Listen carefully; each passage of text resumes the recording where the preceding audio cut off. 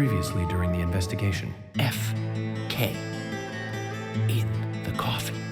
I knew I could count on it. Never fails. Ah, the perpetrator. Bit off Anna's tongue. Jackpot, Zach. A shame, but our old-time all-American sightseeing tour just came to an end. When purple fog covers our town, we'll all wander in hell, I fret. So says Mr. Stewart. Oh, well, there's an old story, folklore. It's a fairy tale to me. Something about a killer in a raincoat who appears on rainy nights. She had a red dress on. She was a goddess. It's starting to rain. I think this case may take a while.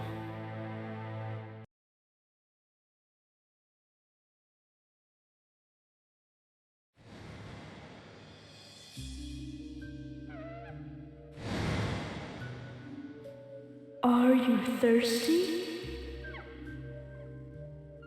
You must be very thirsty.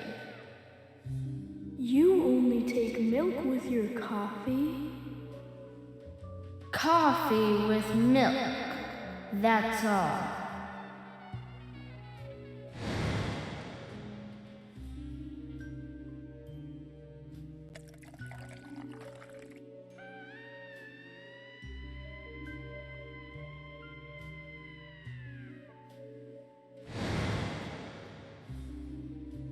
Becky? My name is Becky. What are you doing here? My name is Becky. Do you know where the exit is? My name is Becky. After your throat is quenched, you must do what you must do. Take a sip of coffee and go.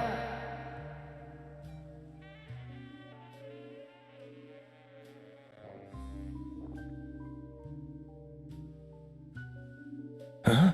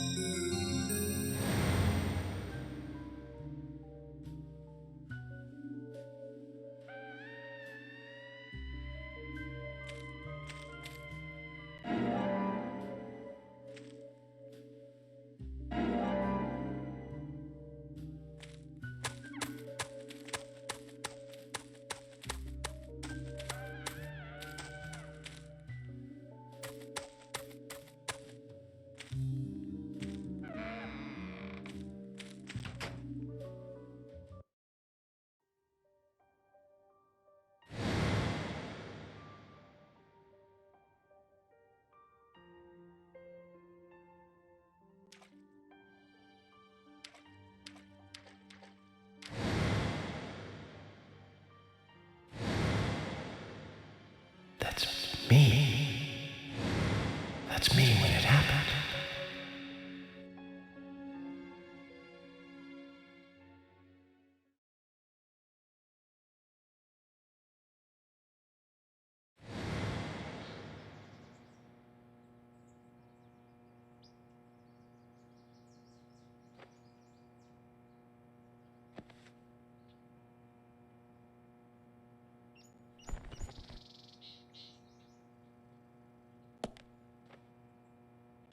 Zach, this case looks like it's directly related to us.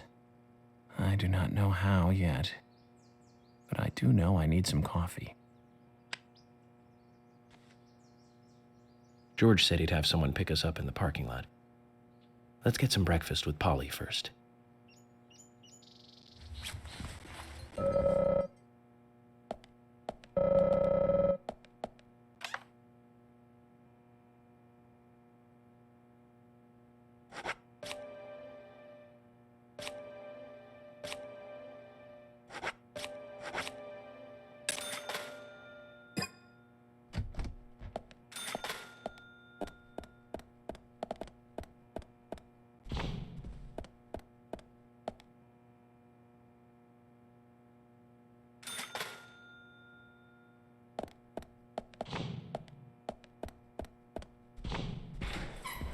Whoa there!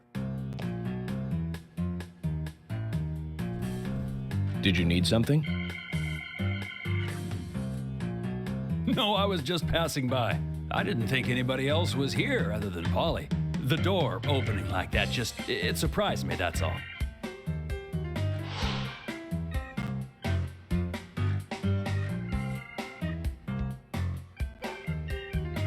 I'm Kaysen, Forrest Kaysen. Nice to meet you. I travel a whole lot, you see, selling tree saplings. Just the usual salesman doing the usual road trip. Sometimes I feel, I don't know, like a jolly old bumblebee spreading pollen. FBI Special Agent Francis York Morgan. I get it. You're the special agent Scarface that everyone's yakking about. Nice to meet you, Francis. Special Agent Scarface? I'd need a bigger scar to live up to that name. Call me York. That's what everyone calls me. What? You got it, York. Is this your first visit here then? No, sir. Actually, I've been coming here once or twice a year for, a while now. I don't get much business here, but it sure does make a fine vacation. I mean, it's a gorgeous hotel at a bargain price. It's so relaxing in these parts, too. Oh, I just love all the nature. I feel so relaxed here.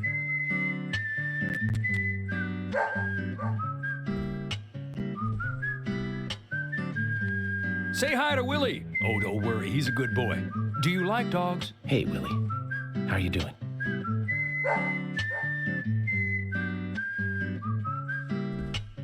He's pretty smart, too. Oops, before I forget, let me give you this. It's just a sample of what I sell. Thank you. How kind of you.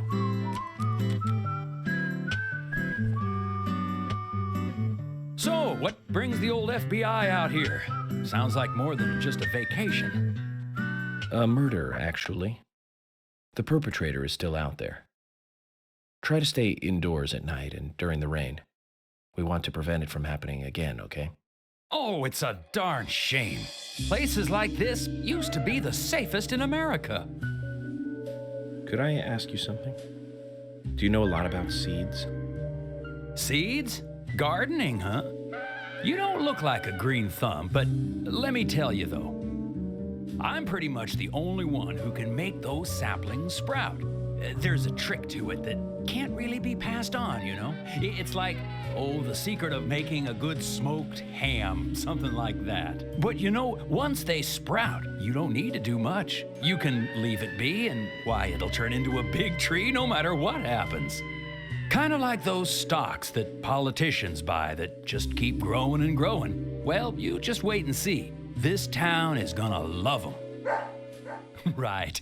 We were just about to go take a morning stroll, so I'll get going. Good luck now with that case. Thanks. Zach, do you remember what the coffee said? Forrest Kaysen. F.K. This show has just begun.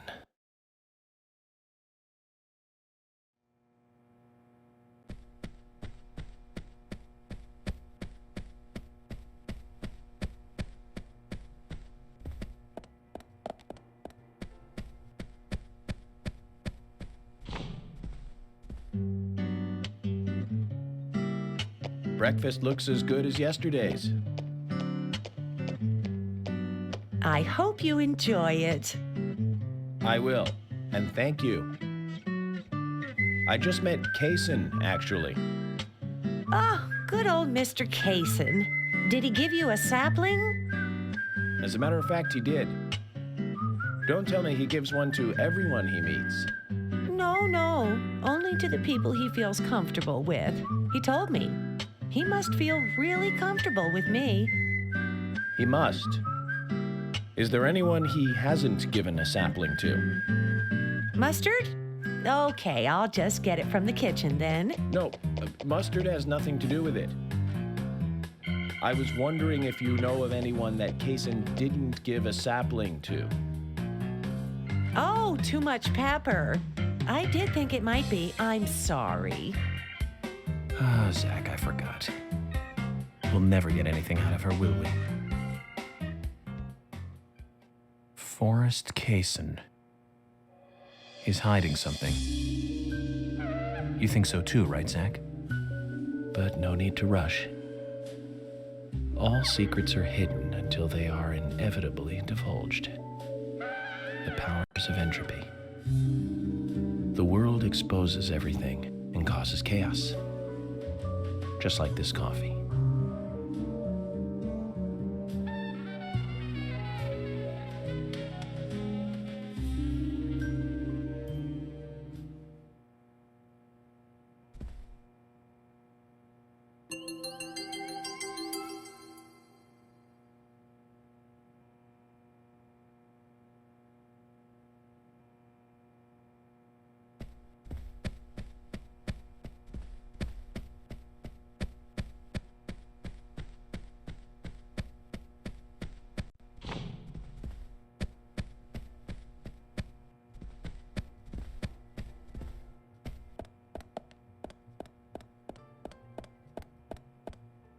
Oh, hi.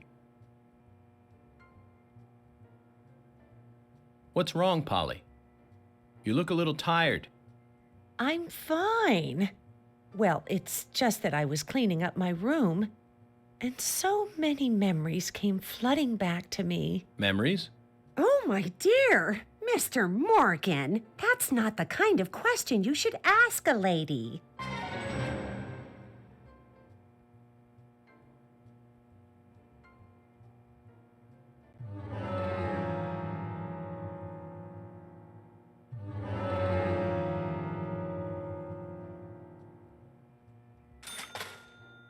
Oh, hi.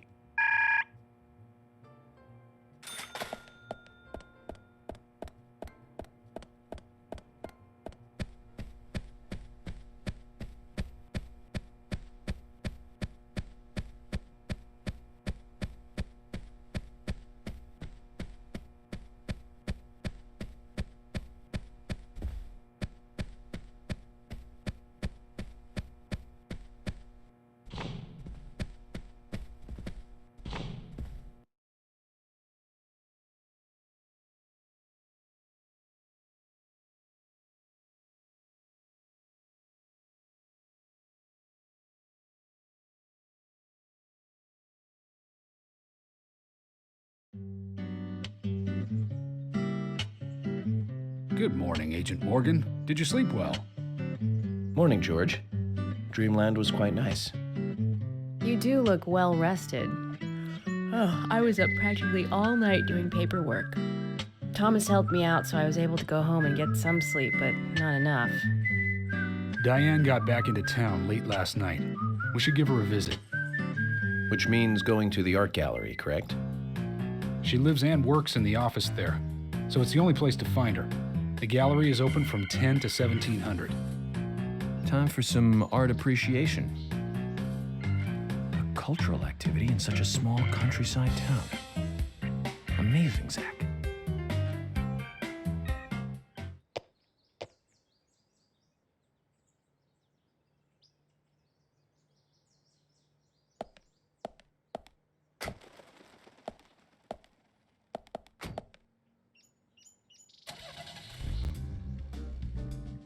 The gallery is called Muses Gallery.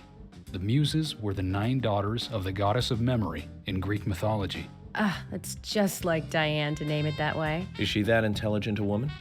Oh, maybe. You'll see for yourself soon enough. Did you see how Emily reacted, Zach? I sense that this Diane is not popular among other women. I can't wait to meet her. The gallery is on the north side of town. Take the road along the lake and go north.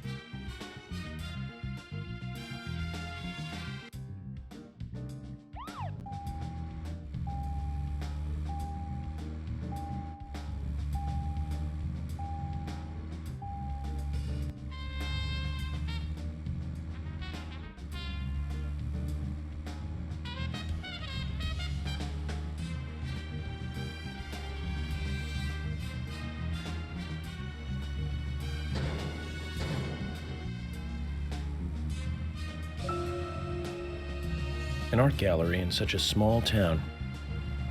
Am I prejudiced to think that it doesn't seem to fit? Greenvale and every small town has every right to enjoy art. That's right. Small towns tend to be full of highly cultured people.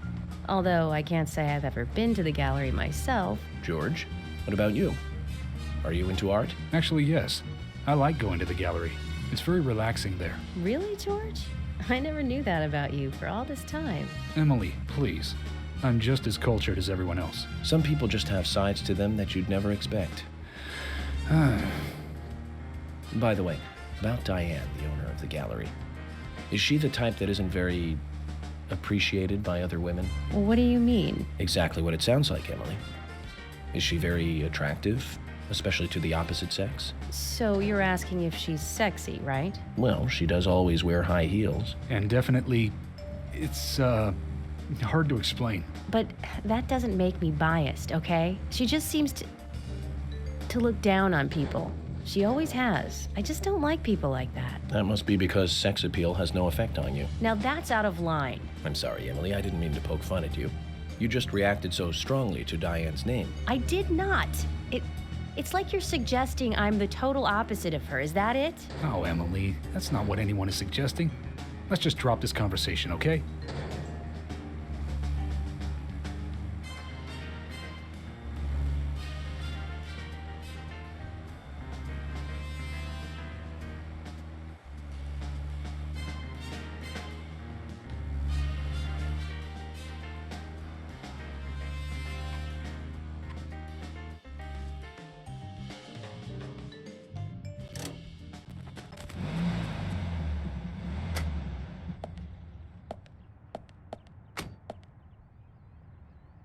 If you're wandering off, then we'll go on ahead. We don't have time to mess around. Okay, I'll meet up with you later. Agent York, the gallery is open from 10 to 1700. Please keep that in mind and don't be late.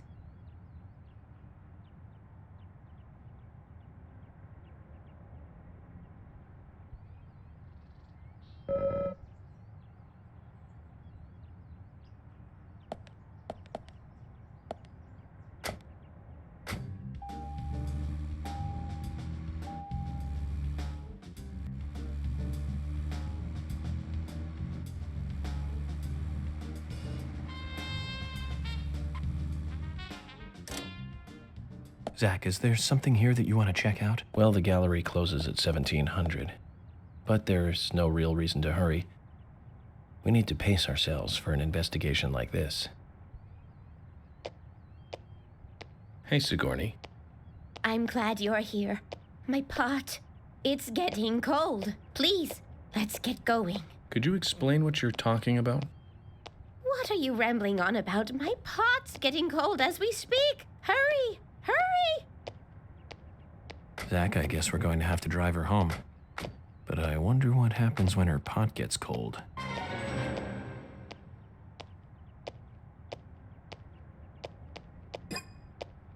Now, get the car going. My house is over by the lake. 3, 2, 1, go!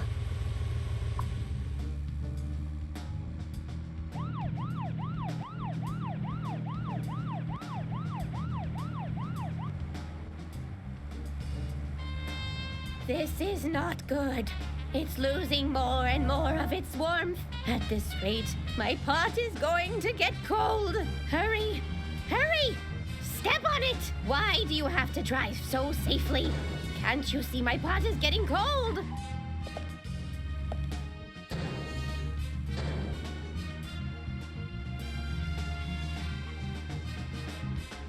Why aren't we there yet? Could you step on it? If we go this slow, my pot is going to get cold.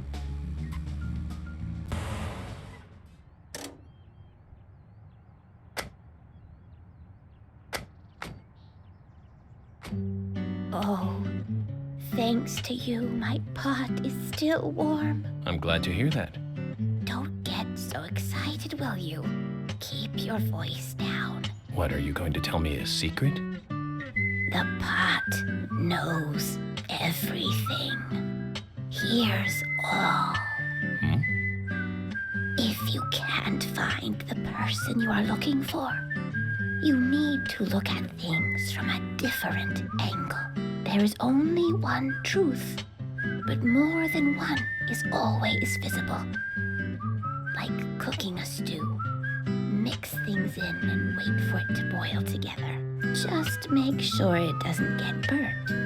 And keep an eye on it. You have to gently mix it sometimes and wait until it's ready. Listen carefully. The best stew is a stew that is boiled slowly. Oh my! My pot is getting cold again! Did you have to talk so long? Oh!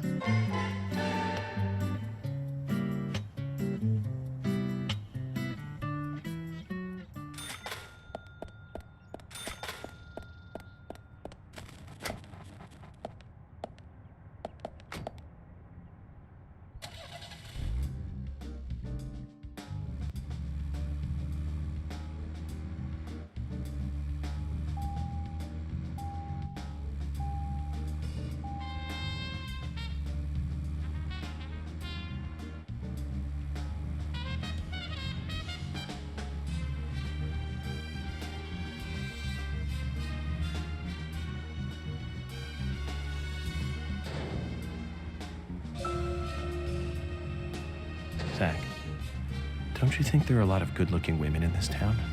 It's like heaven compared to the town we grew up in. Do you remember Liz, the prom queen? Elizabeth Scott Moore. She could be royalty with a name like that. But you know, she was like an actress from a B movie, wasn't she? Bleached blonde hair, too much makeup, clothes showed off her cleavage, and that mole by her mouth. Say, Zach, were you with me back then? You know. Zach, we'll finish our chat later. Let's take a walk around here.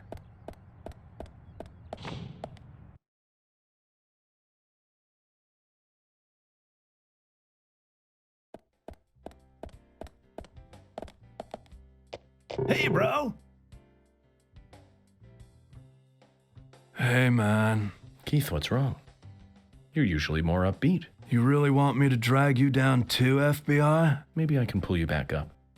Well, I've lost something, man. My most precious treasure in the whole world. Well, my most precious after my family. My guitar, man. It's gone. Lily said she gave it away. Gave it away. Can you believe that? She says it's my fault for not tidying up the storeroom. I don't get her, man. What kind of logic is that? I didn't tidy up the storeroom, so I have to lose my guitar? You with me, right, FBI? Man to man, you see where I'm coming from. Your guitar means that much to you. Oh, my meeting with that fine guitar is what led me onto the path of rock, man. It was back in high school. I made my first visit to Seattle. The world was tired of pop music, and people were crying out for a new sound. It was only a few years before grunge would explode out of Seattle. I met a true rocker there, man. He had the sunglasses, a biker jacket, and the long hair. Man, he even had a bandana. I mean, he was behind the times by then, but nevertheless, the pure white guitar on his back hypnotized all who passed him. In the midst of everyone wanting something new, I glimpsed a tradition that had to continue. That's right. It's called rockabilly. You dig me, right, man? The world can't be built solely on new things. I couldn't help myself. I approached him and opened my mouth. I told him what I was feeling, FBI, right there on the street. I don't remember the words I used now. It was like a dream. But it sparked something inside me. I can tell you that. Our shared love of music allowed us to talk like old friends. Before I knew it, I'd been hanging out with this guy for 3 days. When I finally had to go home, what do you know? He gave me that guitar, man. He said that the soul of rock should be passed on to the next generation. That is how the legendary guitar Grekach came into my hands. Well, thanks for listening anyway, FBI. It means a lot to me.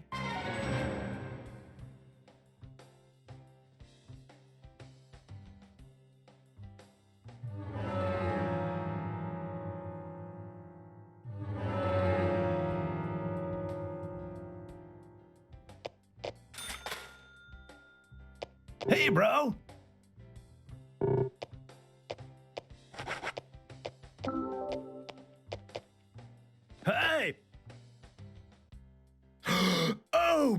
baby! Where did you find it? Lily gave it to me as a reward for cleaning up the storage room. Oh, I see. Well, I'm happy to see it with you. Treat it well. I'll just do the manly thing and forget about it. Come on now, Keith. I can't play it myself. Instruments exist to be played, not to become an ornament. What am I going to do with it? Use it as a weapon? That's not what it's for. You're the owner of this guitar. You should have it. Bro! Your story relit the burnt-out fire of rock in my soul. FBI, you're all right. Hey, just hold on a moment. Take this then, in exchange. It's a gold card, our super discount card. There's no markup on anything we sell you if you use this. This, in a way, means I'd work for no pay for you, man. Are you sure? Of course, we're buddies, man. Yeah.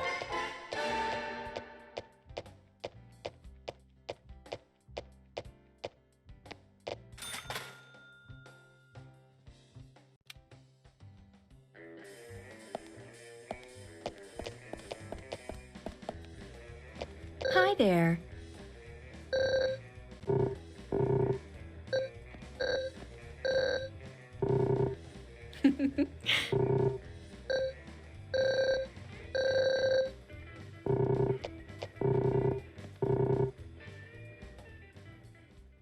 Hi there.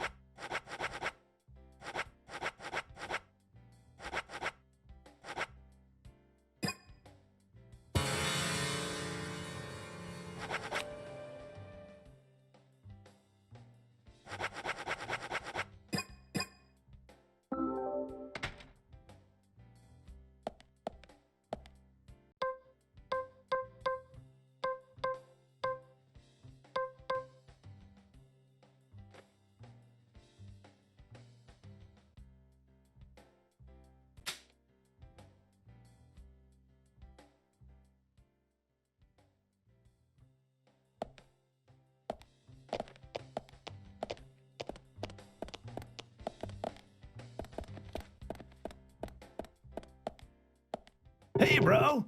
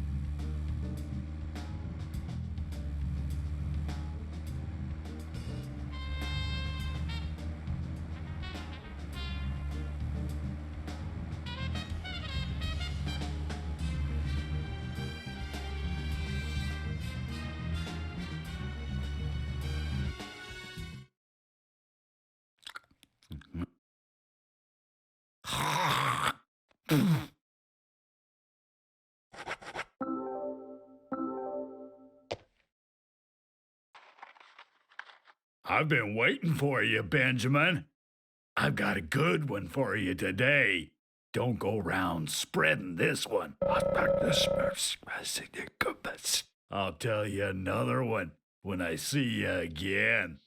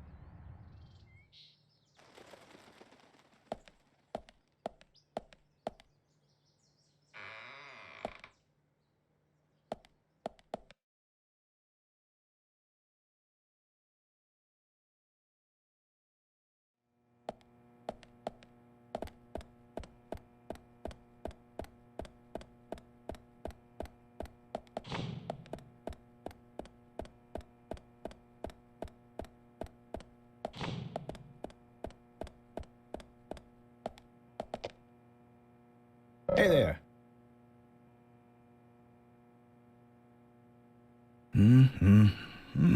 Asha, something on your mind? Oh, Agent.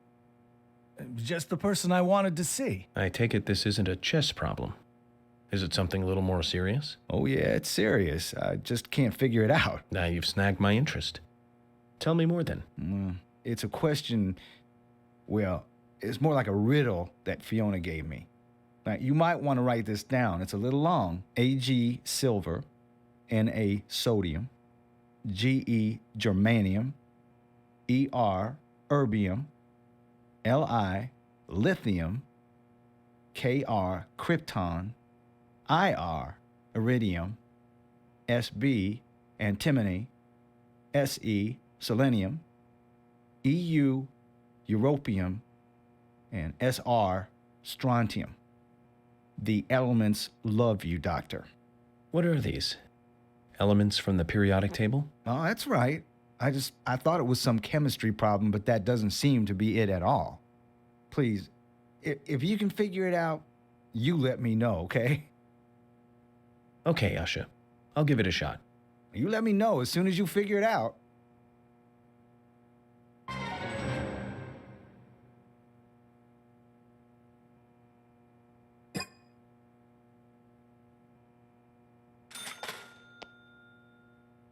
Hey there. It's a question, well, it's more like a riddle that Fiona gave me. Now, you might want to write this down. It's a little long. Ag silver, Na sodium, Ge germanium, Er erbium, Li lithium, Kr krypton, Ir iridium, Sb antimony, Se selenium, Eu europium, and Sr strontium. The elements love you, Doctor.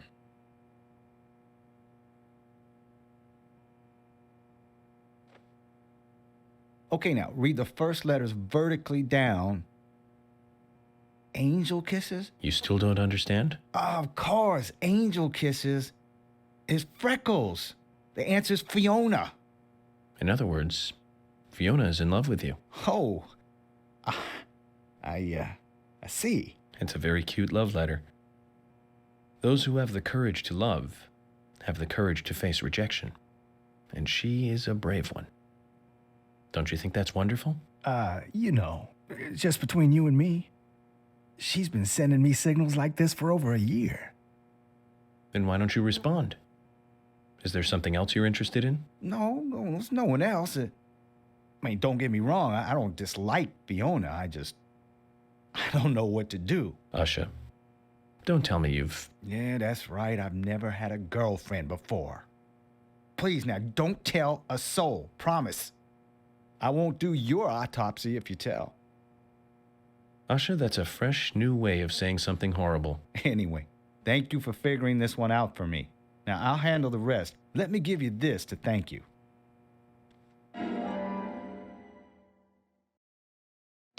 Thanks, Usha. This'll help me keep it zipped, all right? Agent? Now, don't. Just kidding, Usha. Your secret dies with me. Hopefully in many years' time.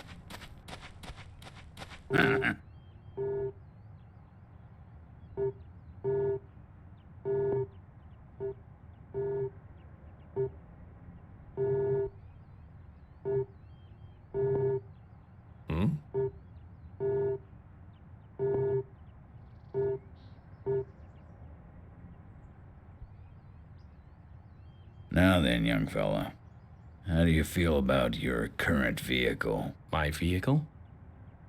It's a piece of crap, but I'm not here to talk about that. Then how about a little treasure hunt? Listen up, young man. My junkyard is actually a mountain of treasure. All kinds of treasure lies in those mountains of junk. The problem is, there's so many, I've lost track of where everything is.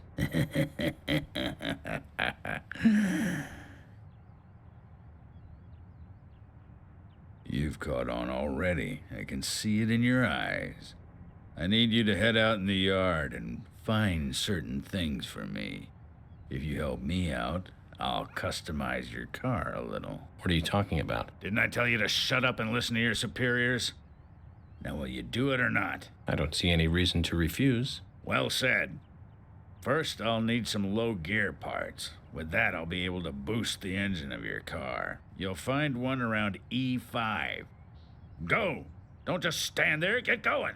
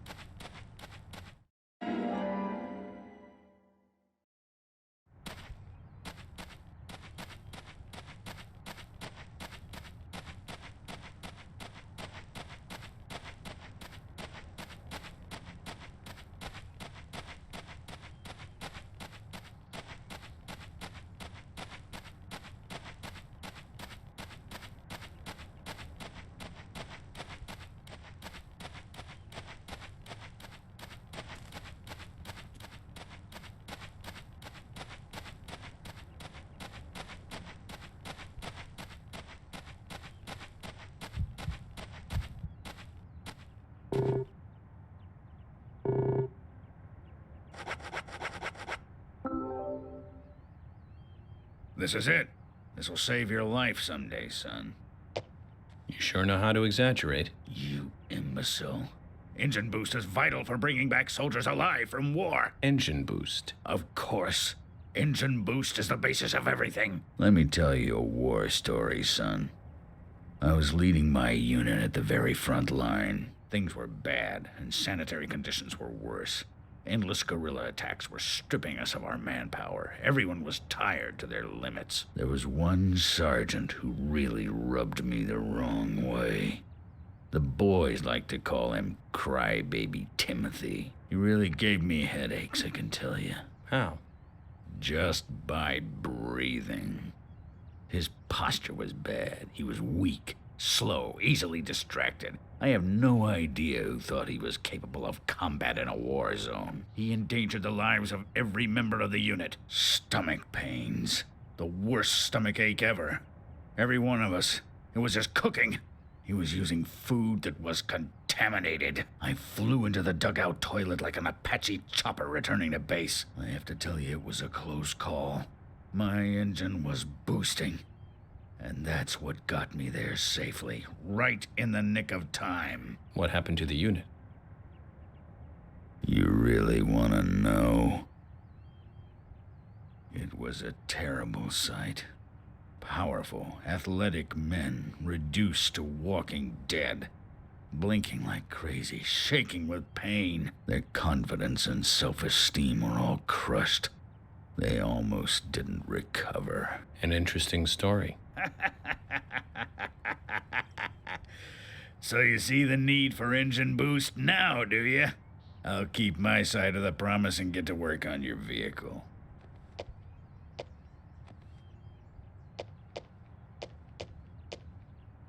That badge on him is for a sergeant. Looks like it was sewn on something else before it was sewn onto his shirt. I wonder what that's all about.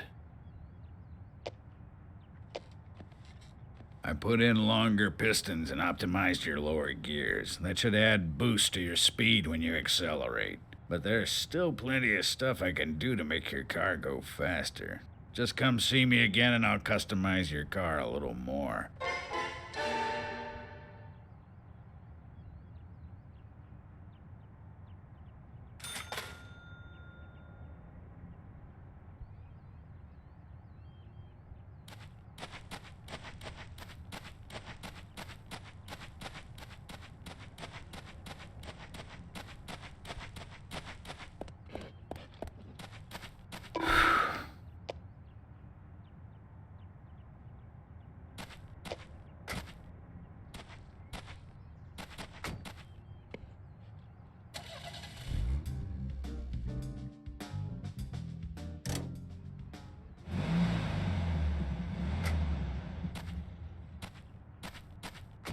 Zach, is there something here that you want to...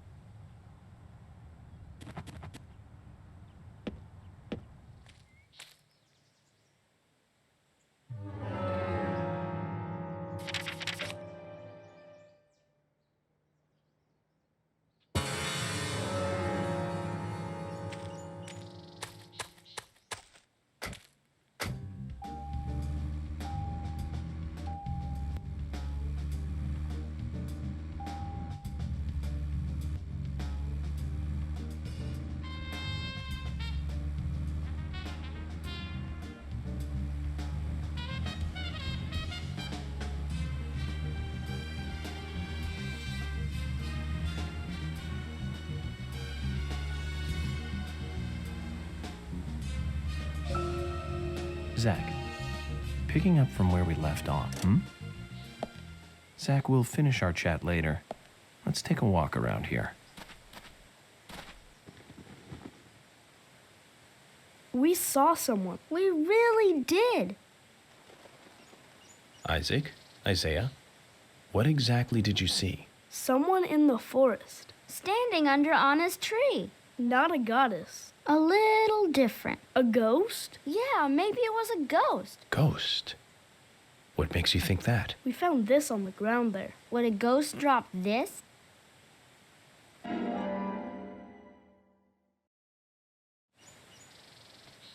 Let me see. It's blurry and out of focus. I can make out two people, but not their faces. So that's why they think it was a ghost. But then who was under Anna's tree?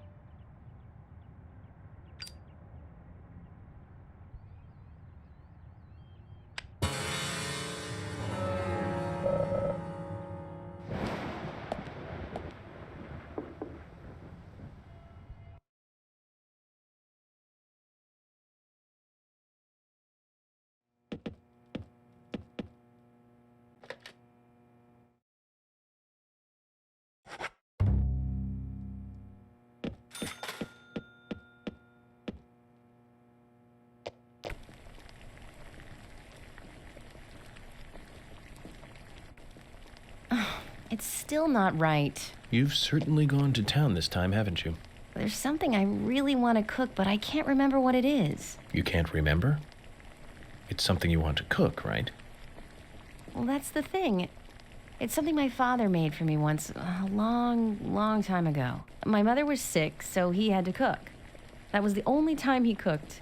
I remember how it tasted, and I wanted to make the same dish, but no luck. I also remember what it looked like, but I have no idea what was in it. And you still decided that you'd give it a try anyways. Amazing. Most people would give up without even trying, Emily. Do you have a problem with this? Okay, so I was nostalgic and emotional, but I wanted to give it a try. I'm sorry. I need to watch my mouth. Who am I to comment on your private issues? I'll make up for it by helping you look for the right ingredients. You will? Yes, of course. This will make a nice break from the investigation for me. Now then, what kind of dish was it? Various different ingredients placed on top of an English muffin with some kind of sauce on top, a yellow sauce. He learned it from a diner close to where he worked in New York. So a New York-style yellow sauce. Do you remember anything else? Well, there were two things on the muffins. Something chewy and salty and something soft with two colors. Okay then, Emily, I think I know what you're talking about. I'll go and look for the ingredients. You try to remember some more. Sounds like a plan. Well then, let's try to recreate this taste from her past. What do you say, Zach?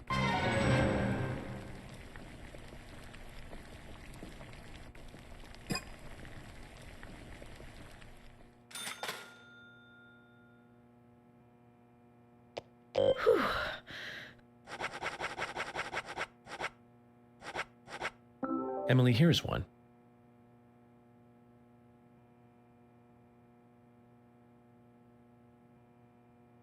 This is definitely right. We're getting closer to how it tasted. Great. Something soft and two-colored, and something salty and chewy.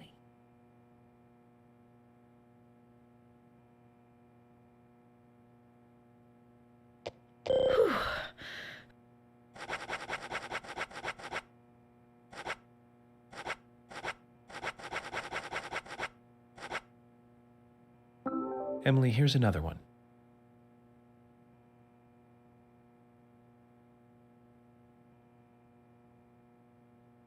This is great. Now this is getting close. One more step and we'll be there. Only one more ingredient. Something salty and chewy. He cut it with a knife before cooking it, so it must be meat or a fish.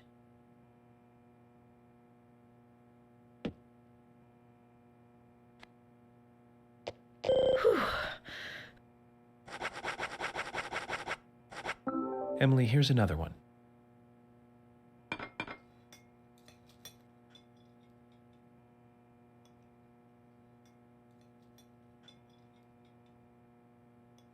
This is it.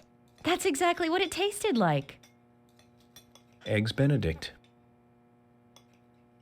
Huh. The name of this dish. It's a popular breakfast dish in Louisiana. Your father was quite a chef then. What do you mean? This is much harder to make than it looks, Emily. You have to bring it to the table with all the ingredients at the same temperature. And that requires preparation, timing, and skill. You'd have to be pretty good at these three things to make a really good Eggs Benedict. Really? I never thought of him as a skilled cook. I haven't talked to him for ages. We've been kind of separated. I wonder what he's doing now.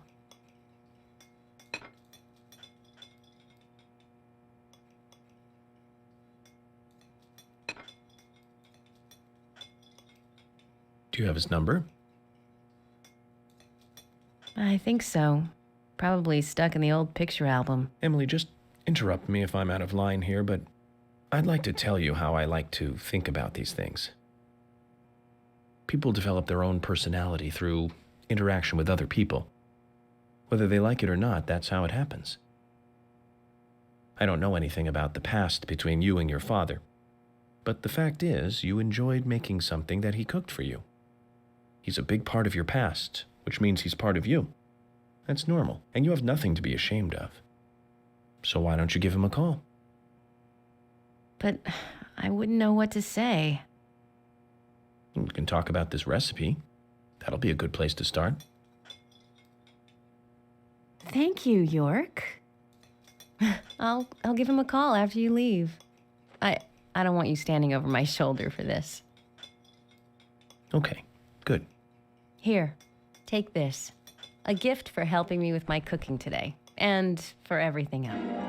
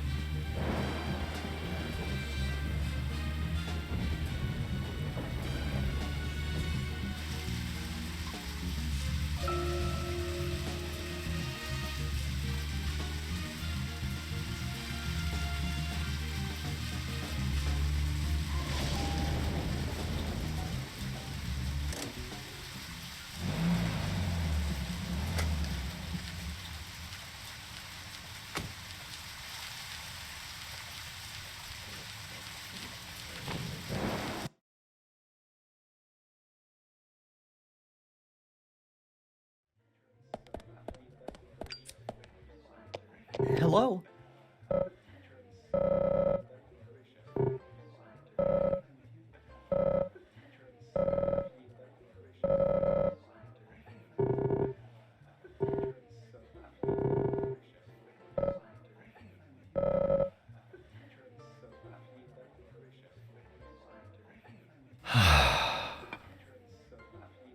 Thomas, something on your mind?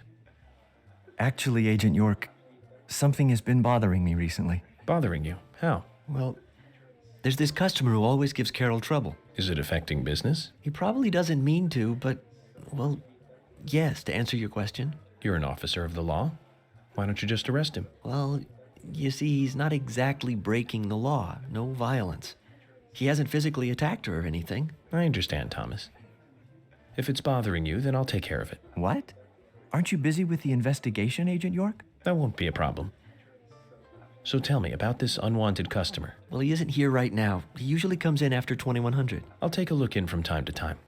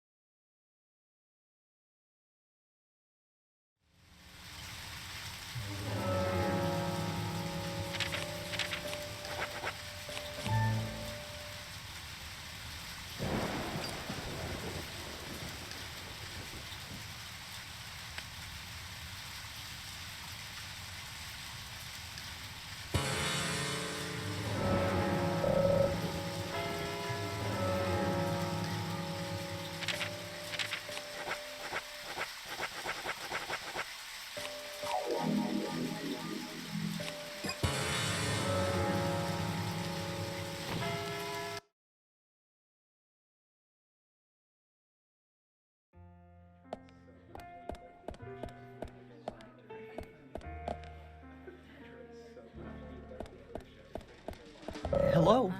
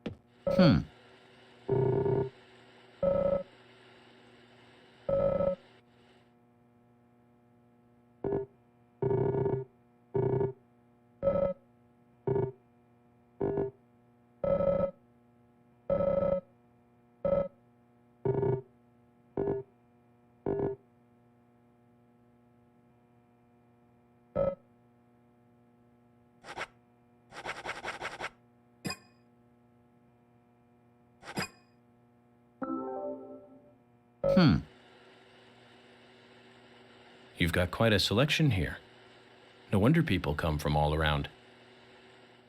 Compliments do nothing. I strive to meet my ideals. Others may judge my results. The words of a true craftsman. Your job must be your hobby. No, I have another hobby. You do? Aside from work?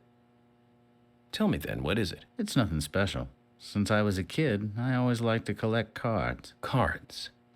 Like trading cards? That's right.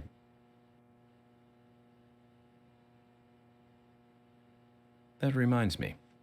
I got this one after I came to this town. This is a precious one. Where did you get it? I picked it up around here somewhere.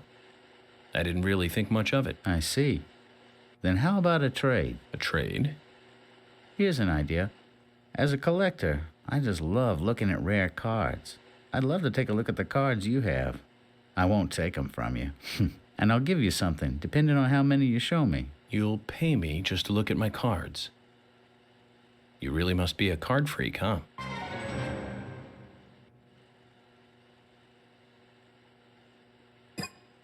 Will you show me your cards? Of course.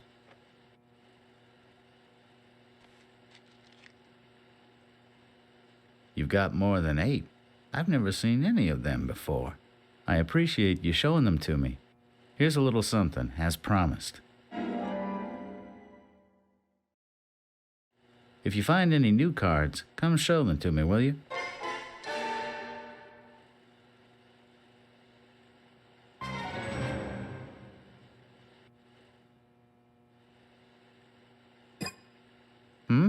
Wait. Looks like you got a few more cards. Show them to me.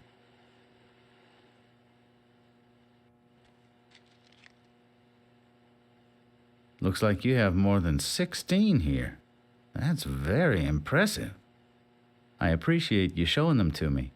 Here's a little something, as promised. Hold on to it, okay?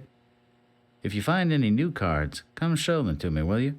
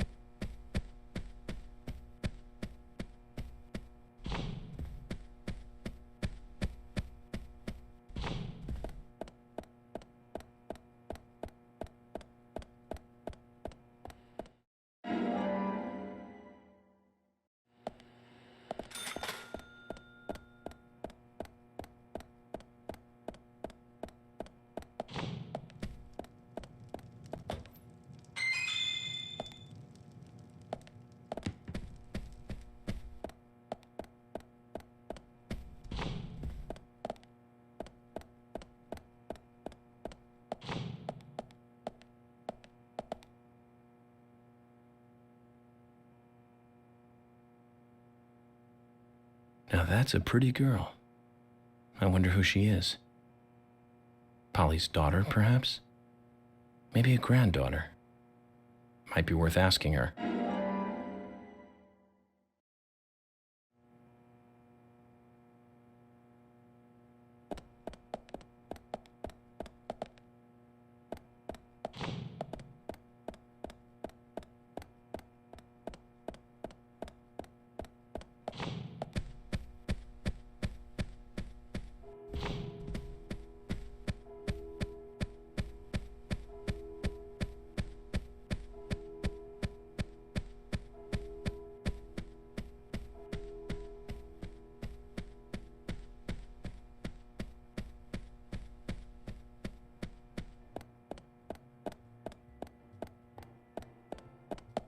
Oh, hi.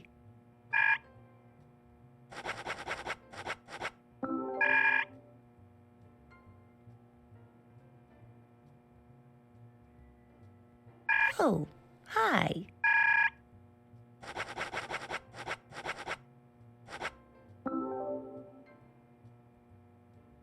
Polly, about this picture.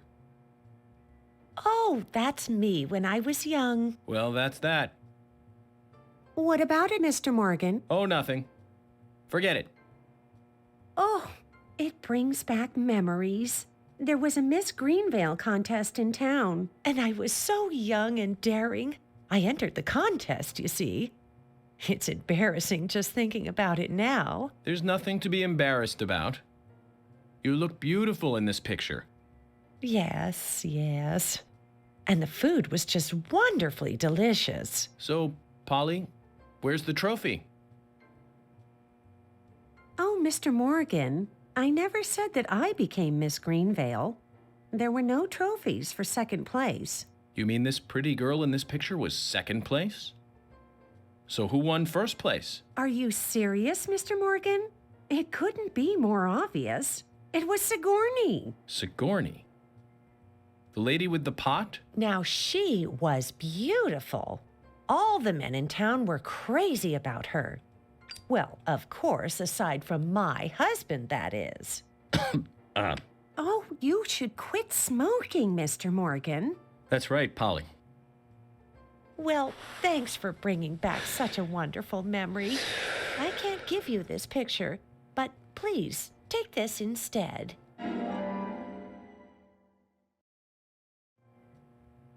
Now, that's one story I won't be forgetting for a while.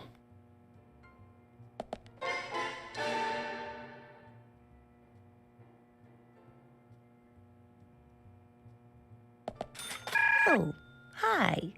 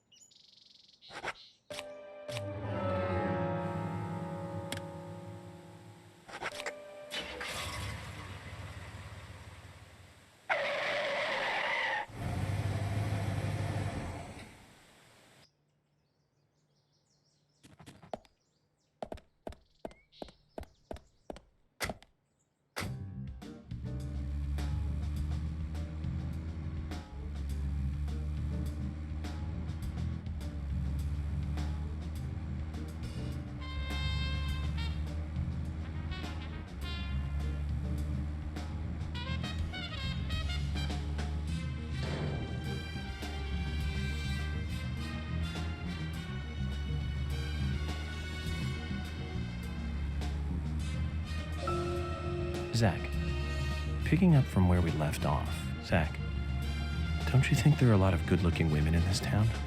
It's like heaven compared to the town we grew up in. Do you remember Liz, the prom queen? Elizabeth Scott Moore. She could be royalty with a name like that. But you know, she was like an actress from a B-movie, wasn't she? Bleached blonde hair, too much makeup, clothes showed off her cleavage, and that mole by her mouth. Say, Zach, were you with me back then? You know, that mole was made with makeup, right? We happened to be on the same bus once. I saw her drawing it on with makeup. I wasn't surprised, I guess. Just impressed that she would go that far to create that image. Do you remember that movie we went to go see that day? I'll give you a hint. It was the fourth in a popular series and was produced by Menahem Golan's Canon Films. Figured it out, Zach? Think it over then. Call it your homework until next time.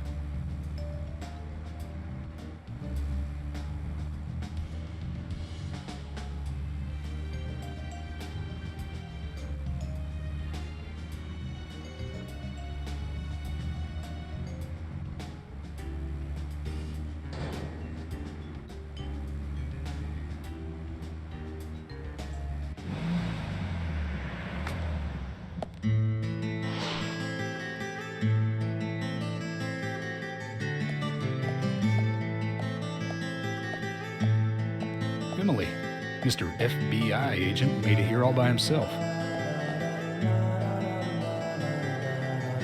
George, Emily, sorry to keep you waiting. I'm going to talk to Diane alone. You two just wait out here. What the hell are you saying? I know, it's very rude of me. I know. But also very important. I always make sure that I meet with the important ones, one-on-one. Otherwise, it's difficult to sense the subtle reactions of the suspect. This is just how I do things, and I'd appreciate your understanding.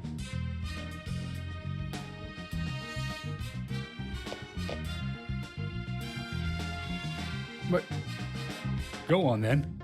You're not going to listen to us anyway, are you? You're starting to understand me, George. Well then, Zach, let's go and meet Lady Diane.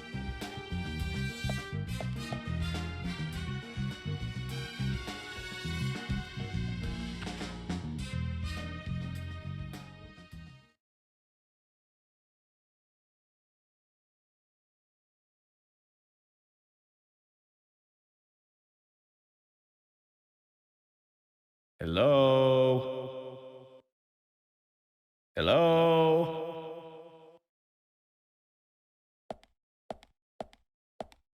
No reply. Let's take a look around then, Zach.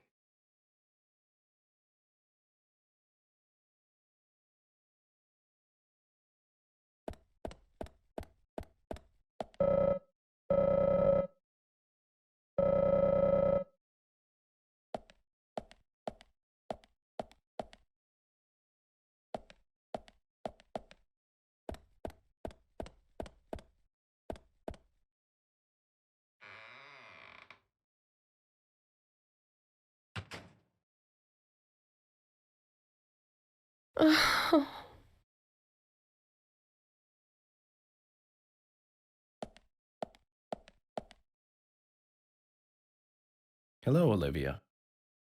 Do you like art? Yes, I do. Well, I mean, I like trees. Trees. Okay. Ah, but I see because these are all tree paintings. Do you come here often then? Well, no. Just sometimes. I'm sorry, I really need to get back to the diner. Zach, she was lying about something. She said trees, not paintings of trees. She doesn't need to come here to see trees. There's tons of trees outside.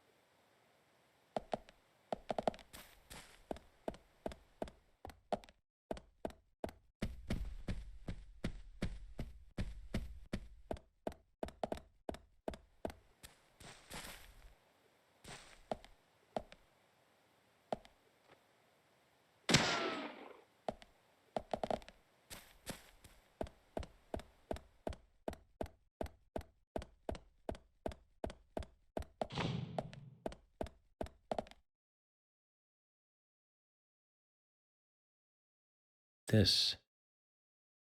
Call this a painting? A bit primitive with poor composition. Hardly the work of a master. But strangely, though, it powerfully exudes a soft, warm feeling. On the back it says, Guardian of the Art Gallery, in fresh strokes. So someone added that recently. Guardian of the Art Gallery. Wouldn't that be Diane? And why is this painting here?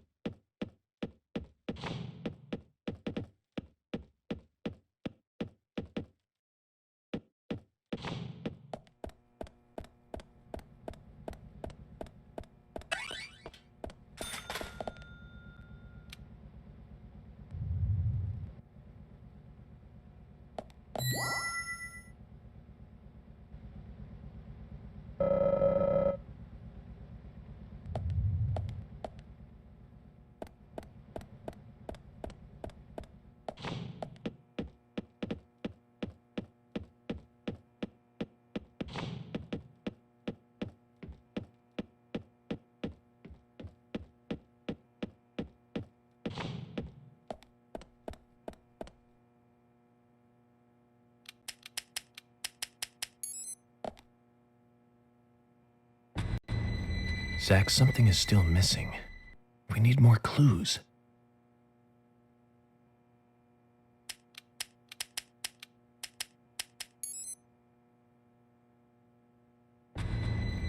Zach, something is still missing. We need more clues.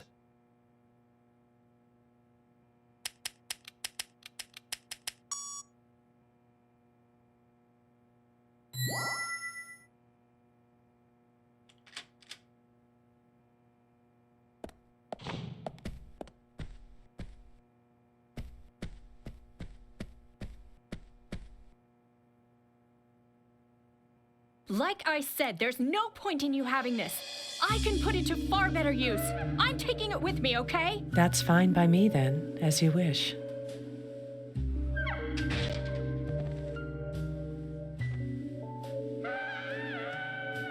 The FBI agent, right? Just wait a moment, please. I'll be right with you.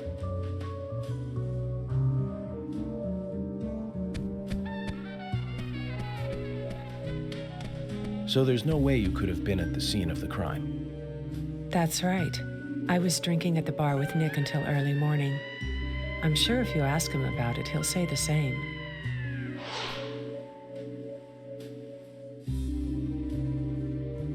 Very well. I'll be sure to do that. One other thing. That argument with Carol just now. She's always like that. She thinks of me as an enemy, always bickering at what I say. Is there any reason for that? Perhaps because someone she liked ended up with me in my bed? That would explain it, yes. If I may be so bold, who was the lucky man? Oh, I sleep with anyone I wish. Anyone I prefer to sleep with. I guess she had her eye on one of them, but I don't know who it was exactly. I could sleep with you, if you like. I'm flattered by your offer, but I don't think that would be appropriate. You're exactly the kind of woman a man in my job should never get involved with. Isn't that a shame, darling?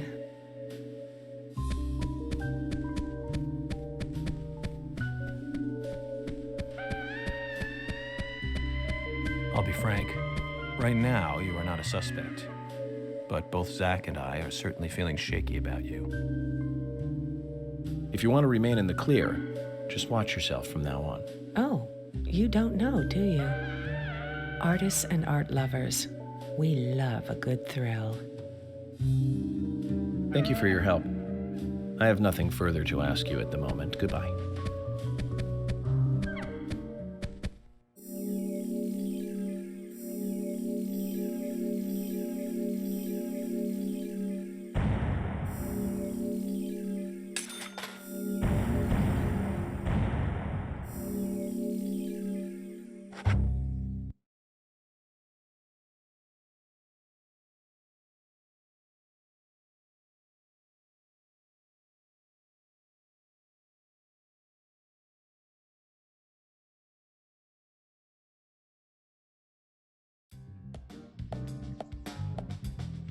I had a chat with Diane. She said she was at the bar drinking with Nick at the time of the murder.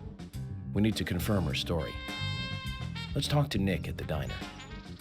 Very well, Agent Morgan. I have to head back to the department and clear up some paperwork. Go with Emily to the A&G diner. Okay, then. I'll show you the way. The diner's open from 9 to 2100. Just as we suspected, Zach. Diane is the key to this case. I have a feeling she will lead us right to the criminal.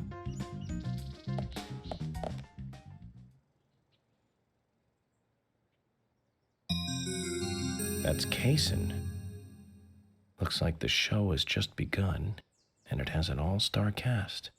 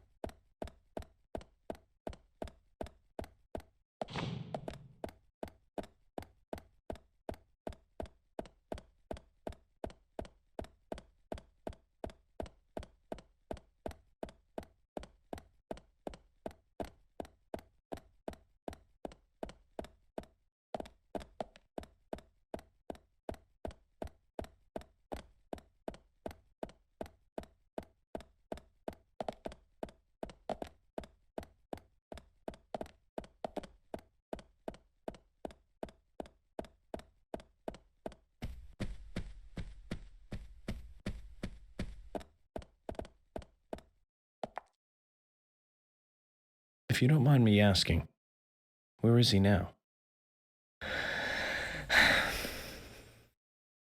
Oh, this is all ancient history. The woods, the pure little girl, my respect for my father. Hmm?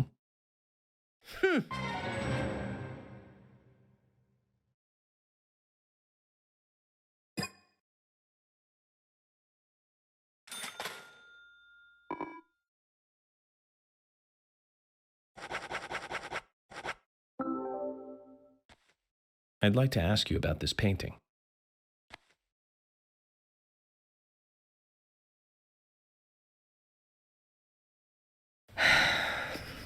And why do you have this painting? I found it in the gallery, and it struck me as a little strange. Anything, even the smallest thing, can help me with the investigation. I truly doubt this painting would have anything to do with your investigation. On the back it says, Guardian of the Art Gallery. That's you, right? You're wrong, Agent York. That is me in the painting, but the guardian of the art gallery that it refers to is not me. Hmm? This was drawn by my father. He certainly wasn't a talented artist, but I was so happy when he gave me this painting. I used to love this painting so much. I wanted to hang it by the entrance of the gallery so everyone would see it. That way, this painting would, in a sense, guard the gallery. But it was locked up in a small room. Not a nice way to treat the Guardian.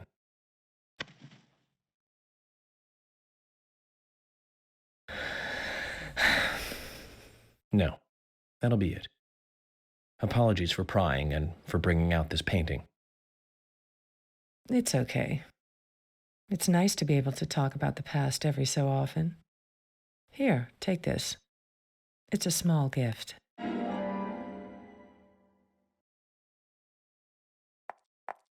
Zach, they say you have to look at the big picture. That was a painting of a little girl that was locked up in a gallery filled with paintings of trees. She'd be Alice if this was Wonderland.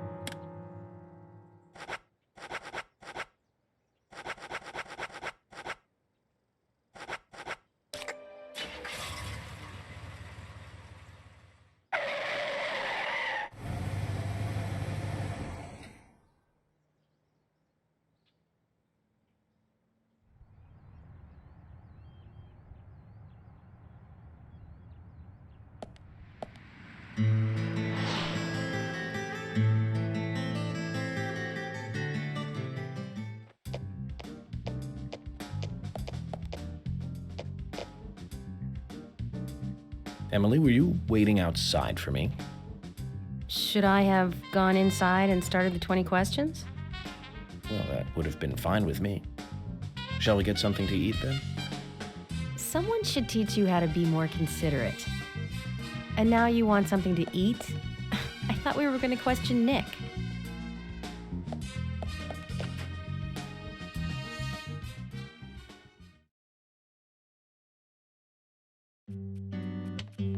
Welcome, Mr. Agent. Hi, Olivia. Let me have your special for today. And some fresh coffee. Our special today is turkey. A turkey and gravy sandwich. Sound good? Perfect. Emily, you eat something too. It'll be on the FBI. Okay then, I'll go all out. I'll have the T-bone steak. I usually can't order it because it's a little too expensive.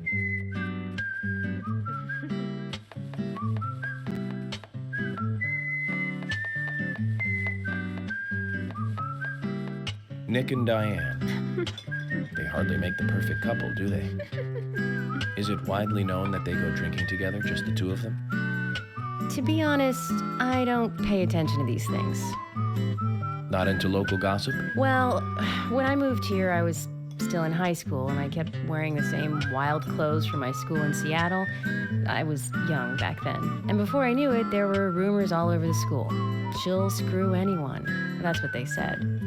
Totally unfounded, of course. Anyway, after that, I just sort of chose not to really trust gossip.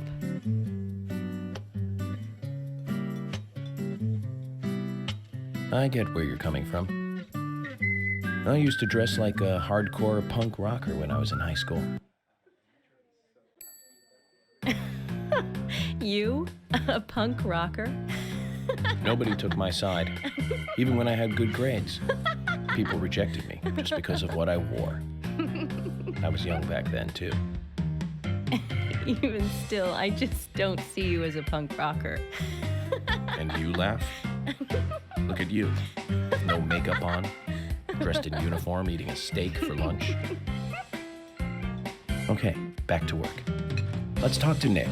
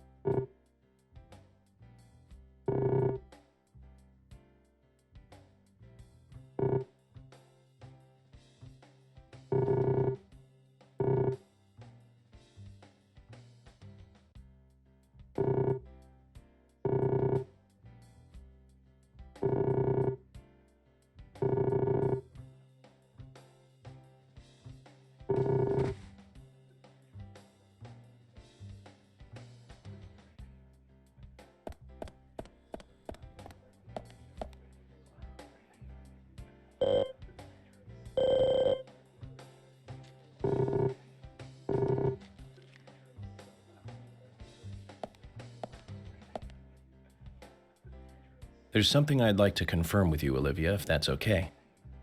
Yes, well, so long as it doesn't take too long. First, what were you and Nick doing on the night of the murder? I was here in the diner. Nick said he was going to the bar for a couple of drinks. Does he go to the bar often, leaving you to hold up the fort? Yes. He says he enjoys the conversation with Diane. I thought they went drinking again together that night. Do the three of you ever go drinking together? Well, you see, I'm really not into art. And your husband is well versed in the arts then, I take it? Oh, yes. Looking at art and talking about it is his way of relaxing. People just aren't what they seem. Like a certain someone who was into punk rock 10 years ago. You are absolutely right, Emily. But you can be an art lover and a liar at the same time. One more thing, Olivia. You just said that you aren't interested in art. That's right. And... So, how come I bumped into you at the art gallery? Didn't seem like Nick brought you there. You were there alone. Well, I like trees, is the thing. That's why I went there. Surely you'd be better off in the forest rather than an art gallery then. I think you went to the gallery not to see trees, but to see Diane, right? You don't want to answer? Or perhaps this isn't the right place to ask. Meet me in the backyard. You can get there from the parking lot. I'll wait for you there for an hour after we close up.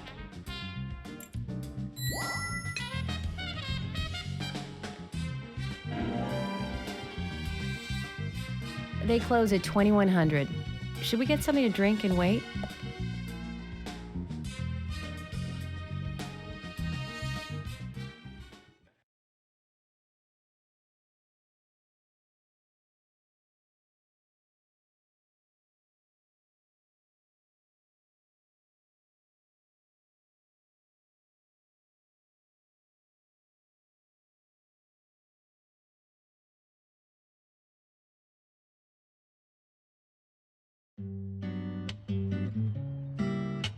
Agent York, what do we do now?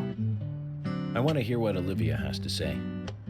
Let's kill time until the diner closes. Okay, then I'm gonna make a trip back to the department. I'll see you in the backyard later.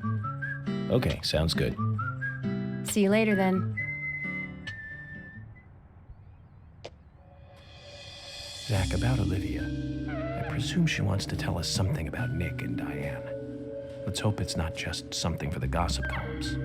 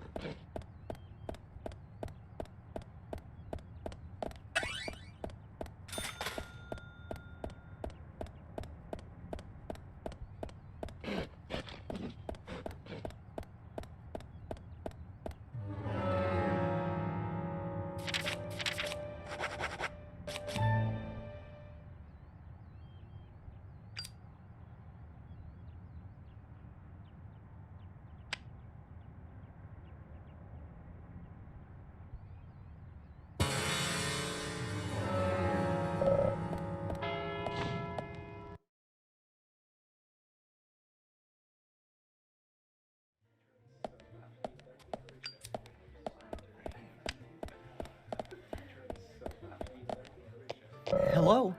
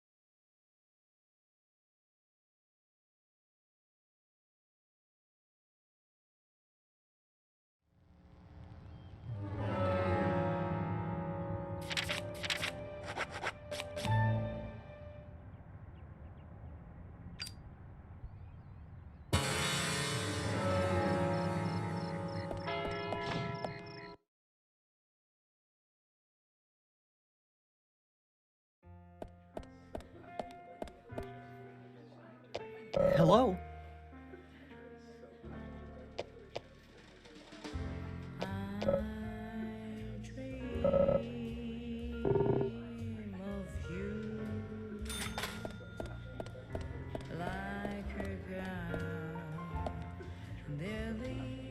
Hey, Jack.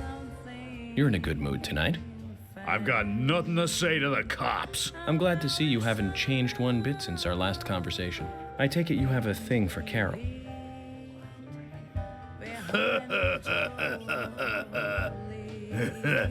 Now that's no business of yours, is it? It is if you're disturbing the peace here and obstructing business. So what are you gonna do about it? Tell me, Jack. What makes you so hot for Carol? Huh?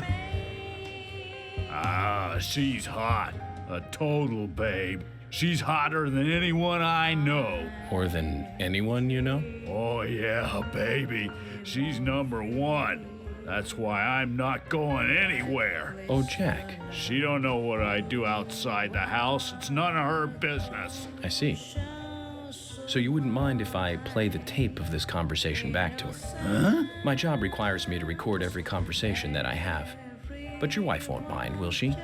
Even though she isn't number one? You dirties! You want to make a deal? I'll give you a deal if you come by the stand.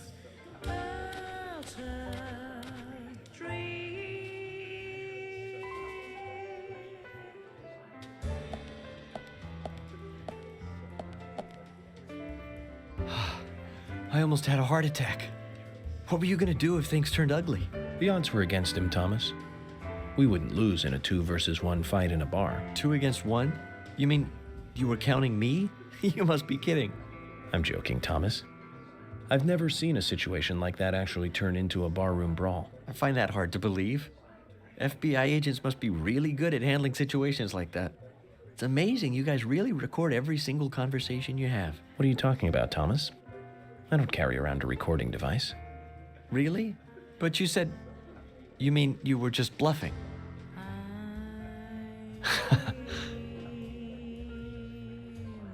Well, I'm still impressed by your FBI tactics. You've done us a big favor. It isn't much of a thank you gift, but please, take this.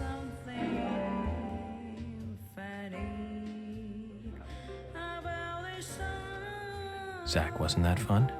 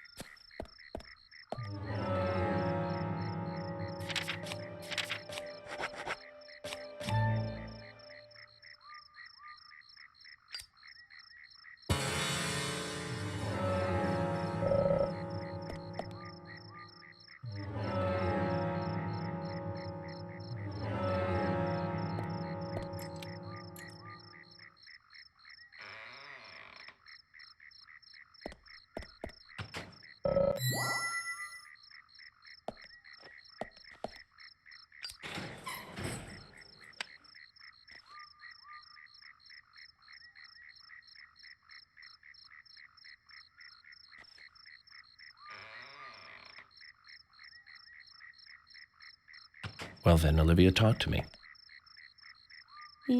Yes. In the beginning, Nick only went to the gallery during the day, but he went so often at some point he became friendly with Diane. They started going out drinking together, and now he doesn't come home until early morning. He always says that they were only drinking when I ask. He blames me for not being able to talk about Turner and Rembrandt, which of course I can't, can I? So what can I say? Finally, I couldn't take it anymore, so I followed him. He did go to the bar, to start with. Diane was there too, but the real problem is where they go to next, right? So I waited outside the bar to see where they might go, and they eventually left the bar and headed for the art gallery. But it was already early morning, but it was still dark. Just before going inside, Diane turned around. It should have been too dark to see me, but I swear, her eyes looked right at me. They seemed to flash for a moment. I was so rattled that I left and went home.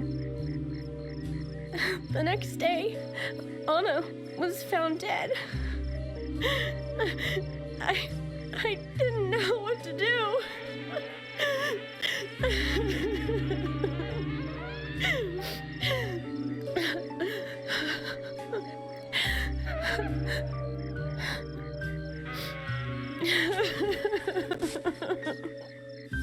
I went to the gallery to talk with Diane about it, to confront her. But once I was there, I couldn't find the courage to go through with it. Then I saw you there, and I just felt I had to go home. Nick has been seeing Diane every night recently. He just left for tonight, too. I really don't know what to do.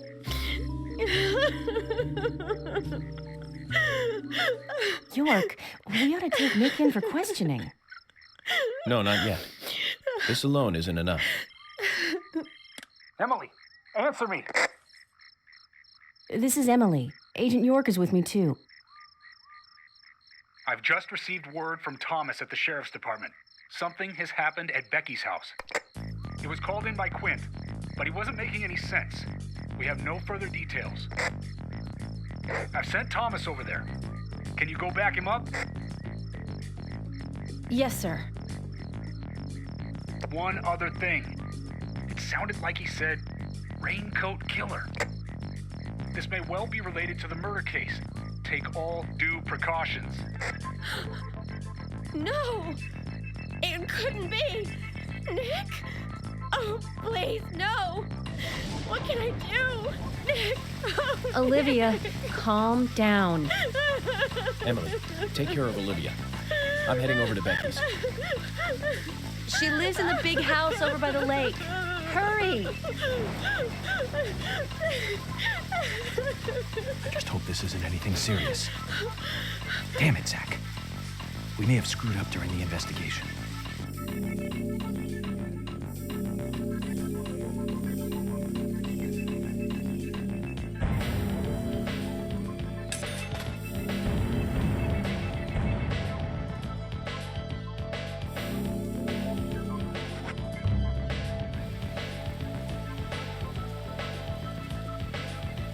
You better hurry, Zach. I have a bad feeling about this. Becky's house is by the lake.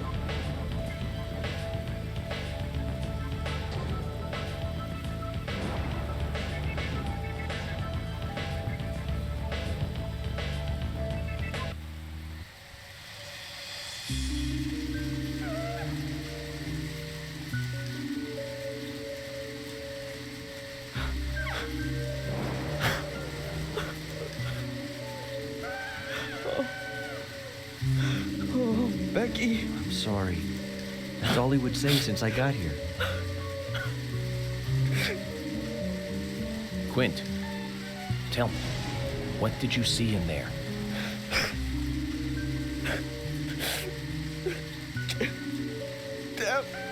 Damn! Did you see the raincoat killer? Damn!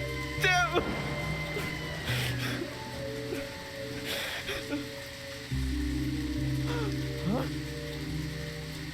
Becky! Thomas, did you see Nick here? Oh, Becky! No. When I got here, he was already like this. Emily should be here soon. Call George and tell him to get over here. And wait out here. I'm going inside. Once they both get here, follow George's orders, okay? Yes. But Agent York, isn't it dangerous to go in there alone? Don't worry. Zach is with me.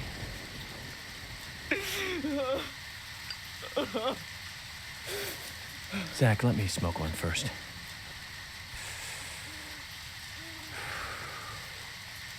I need to clear my head so I can take everything in.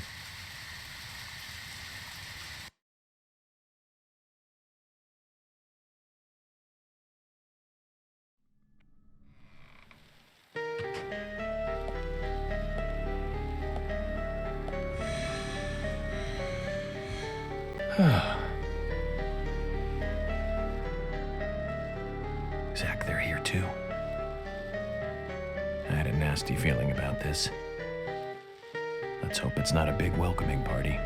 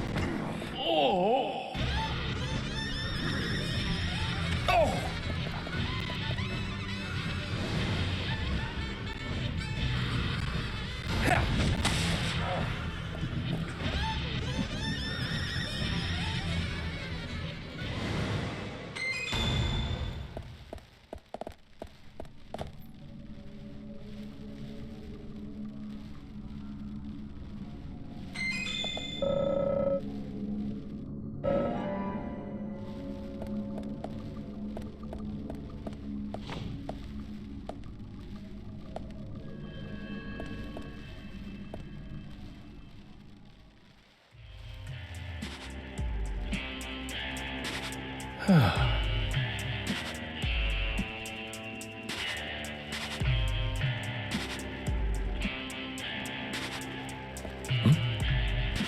Zach, that's a strange coincidence. Look. Red velvet. Just like the place where Anna was murdered.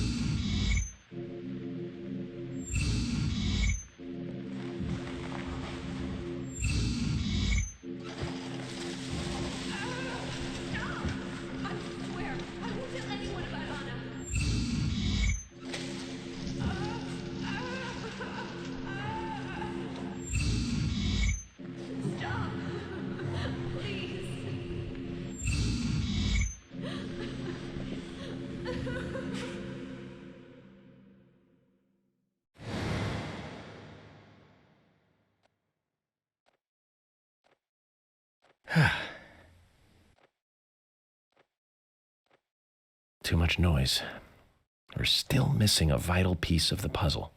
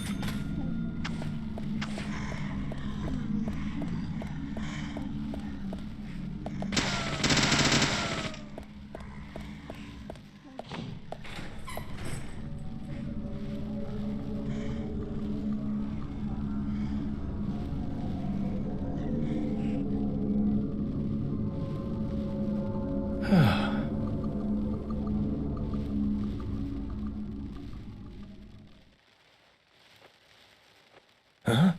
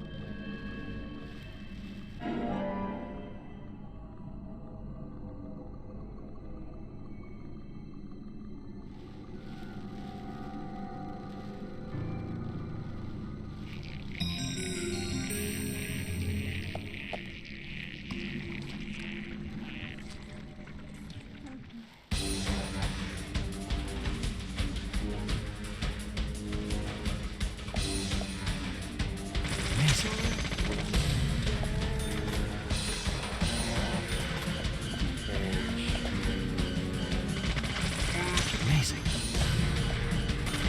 Nice shot.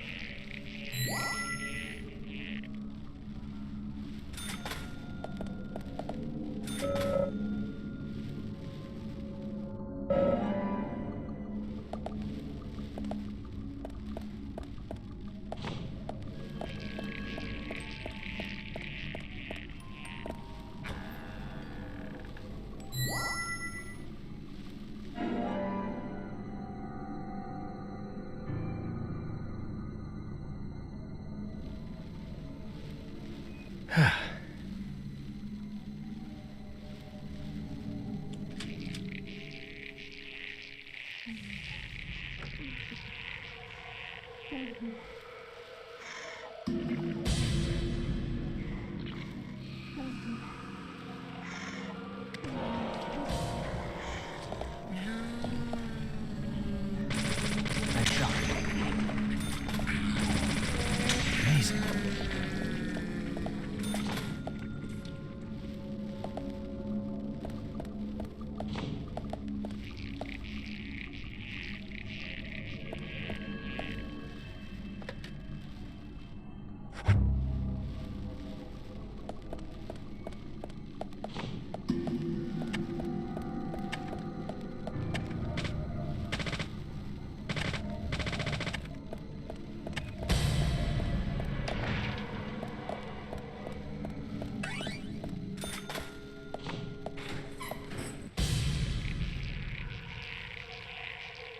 Huh? I see you.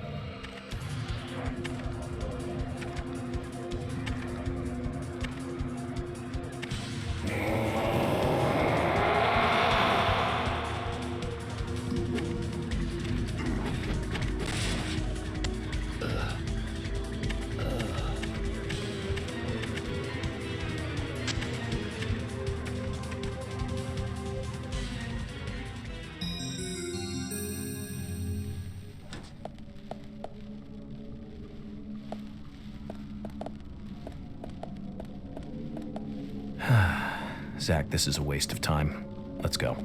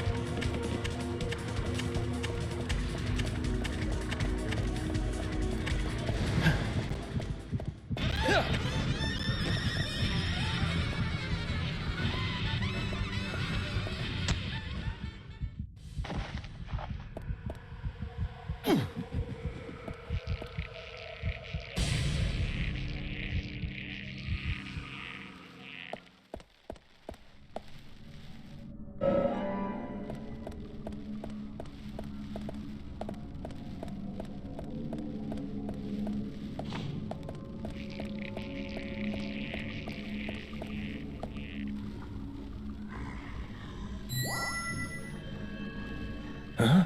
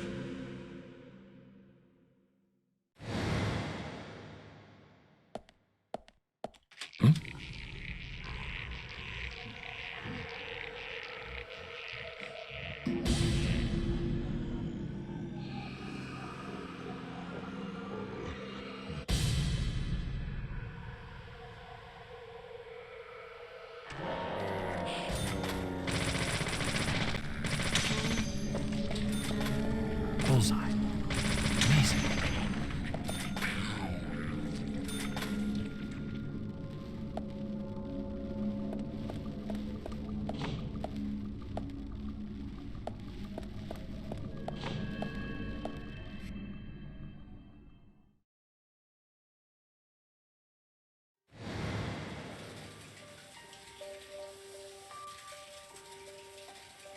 It's bad. Very bad, Zach. The raincoat killer gave Becky a visit. Hold on.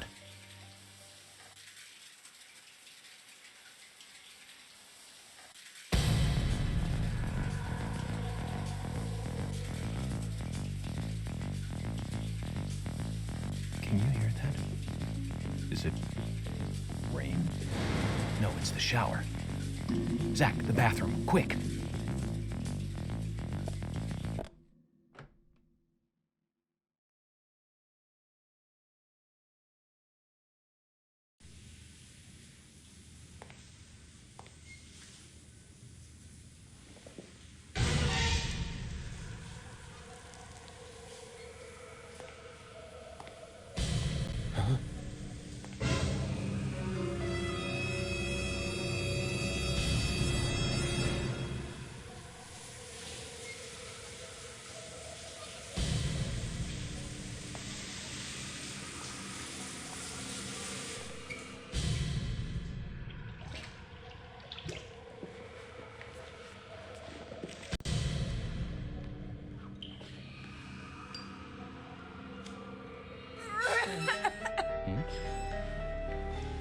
Zach, she's still alive.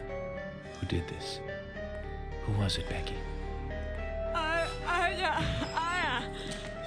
Becky! What happened here? George, stay back. She's trying to speak. We don't have time! She's dying! Thomas, cut that wire. No! We must get her to the hospital immediately. What?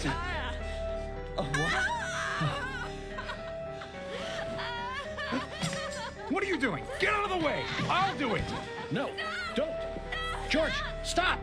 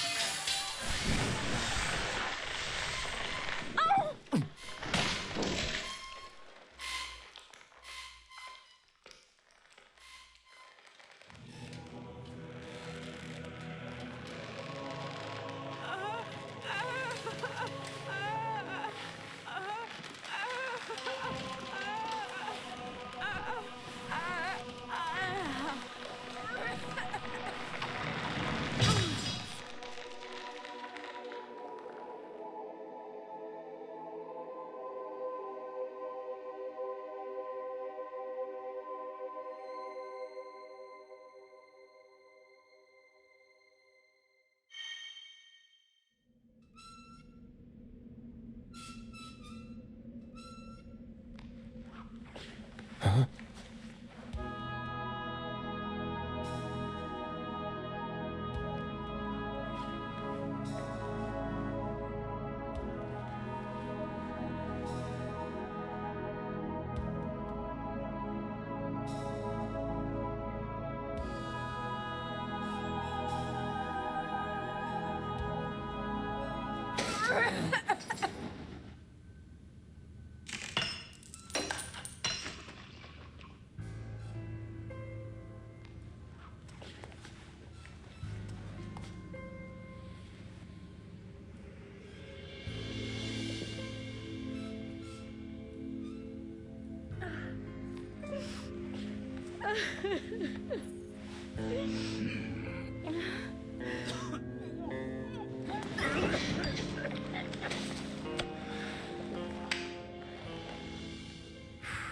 You got us good this time, Zach.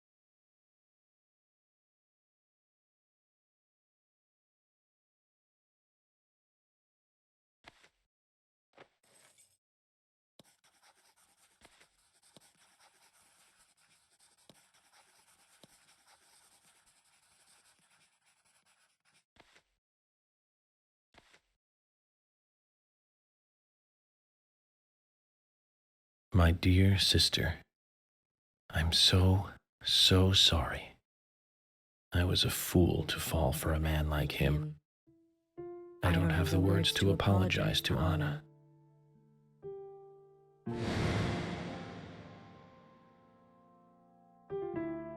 I left her there.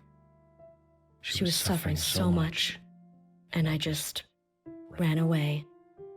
I know he wanted to kill me too, but I'm not going to let him get away with this.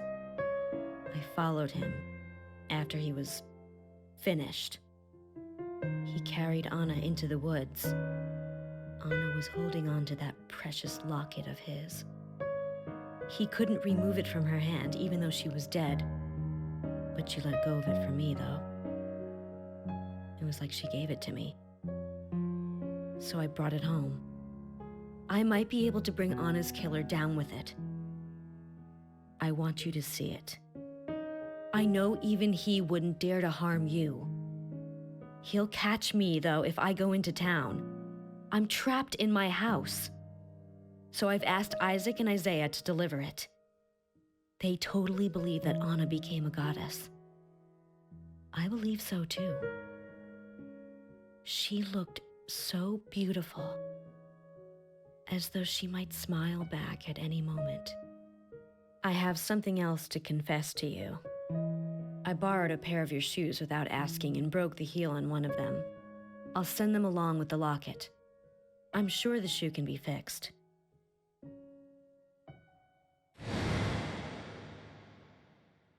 So Becky is Miss Stiletto Heel, And she gave the locket to the twins. Must be the special secret Lily told us about, Zach. we'd better go and see her first thing tomorrow.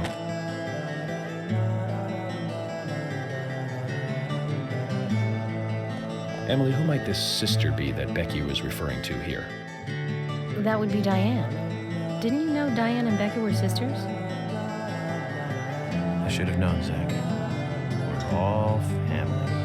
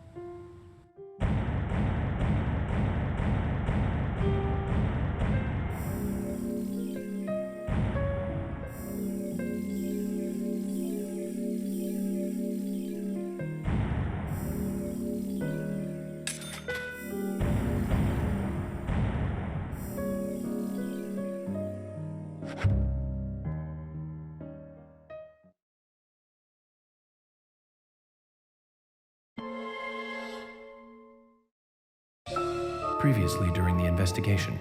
I'm Kaysen, Forrest Kaysen. Thomas, did you see Nick here? No.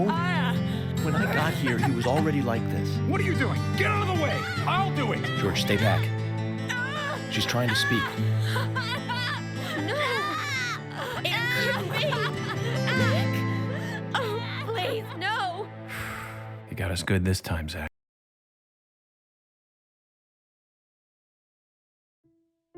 Oh, I can't believe it, man.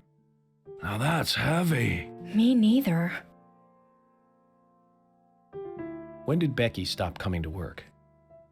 I think it was like from the day Anna was killed, man. Yeah, that's right. She was totally depressed about something. Quint called for her to let us know she wasn't coming in for work. She must have been totally in shock, the poor thing. So you took the twins along to cheer her up. That's right, hon. If only I knew it would be like this, I'd have spent more time talking to her. You told me about a special secret between your children and Becky. Yes, of course. What about it? It seems Becky handed them an item before she was killed. Any idea what that might be? Now that you mention it, they had a box about this size, which they said was very important. That's it. I'd like to talk to them about this in person. Where are the boys now? They went out, actually, with Mr. Kaysen. They said they were going to visit Greenvale Forest Park today. They were going to take Willie for a walk, that dog of his. Kaysen? Do you know him well? Oh yeah, he's a good guy. He always brings us gifts from his road trips. The kids love him, so we let him take them out every once in a while. You know, for a little quality time with the missus. Okay, I understand, but the situation calls for urgency. I'll go and look for them myself. And if they come home without running into me, could you let us know? Sure, of course. I'll contact the department.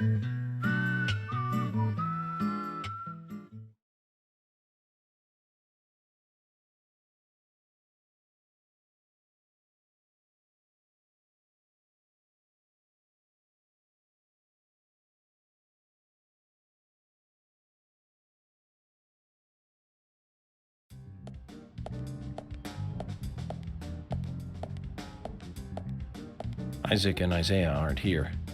They're apparently out with Kaysen. Let's go look for them. With Kaysen? Sounds like a long story. Any ideas where to start looking? Lily told me where they went. No problem.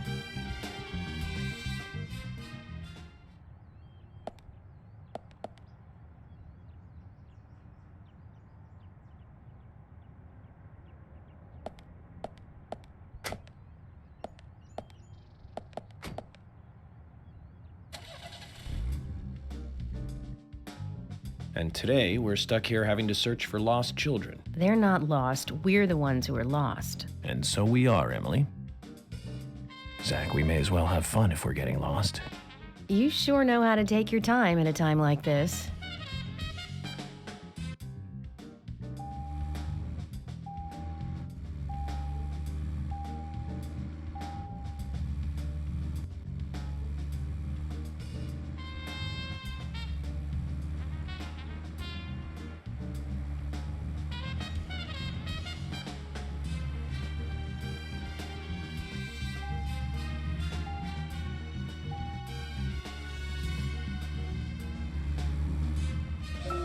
I can't believe 2 people have been murdered in our town. And now 2 young children are at the center of it all. I just can't come to grips with it yet. Crime will happen wherever there are people. And that's why we have our jobs. Might be easier for you because you don't live here. These were people that I knew that were killed. And the murderer might be someone who lives here in this town. It's really depressing. I know. But someone has to bring this murder to justice. You're right, I know. But, oh, Agent York, sometimes I just think I'm not really cut out to be a cop. Not true, Emily. You have the potential to be a superb law enforcer. You can be emotional at times, but you also possess what's most important.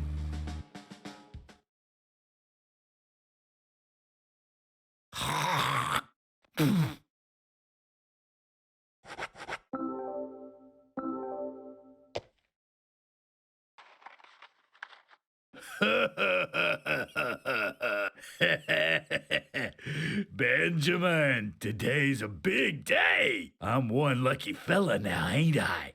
Thanks to this monkey in a suit, I got 10 of you now. Makes working for an honest dollar look pretty bad now, don't it? With this green, I'm gonna get me a new muffler. I better get over to the general's and look for one. Reminds me, man, that general. He was going on about some high-fly car that just came in. Said it was the car that FB idiot drove into town with. Must be a sweet-sounding ride, though. I bet with a little tuning it would run pretty smooth. Ah, what do I care? It ain't my thing.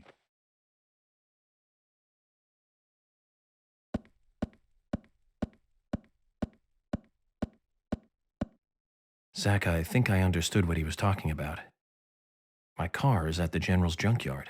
Let's get over there and see if we can get it repaired. I don't care what it's going to cost. That car has sentimental value.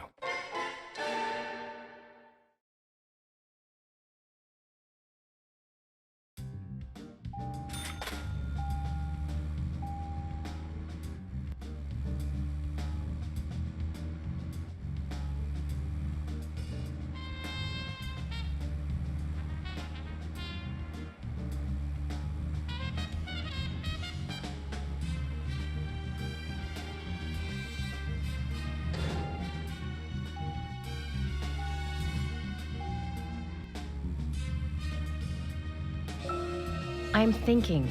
Can you give me some space? Don't worry, I can look for the twins at the same time.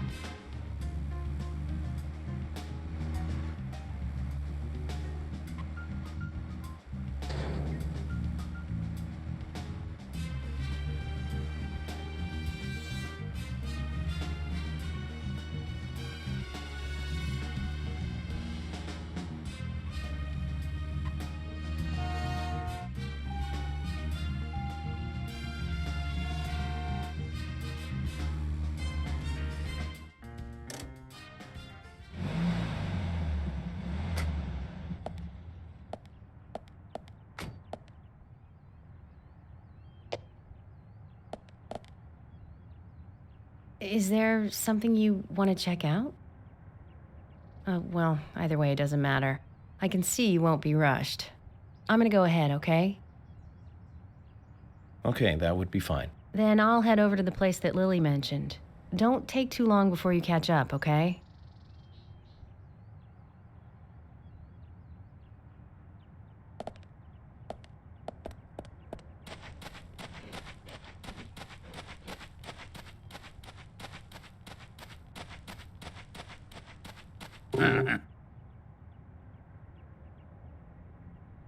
You have potential, soldier. I want you to take a look around J10. I'll need high gear parts. They should be around there somewhere. If you can find them and bring them back to me, I'll be able to increase the top speed of your vehicle. Now that sounds like a plan. It's a fail-proof plan, soldier. You must learn to trust your superiors. Around J10, then. Your orders are clear. Now roll out.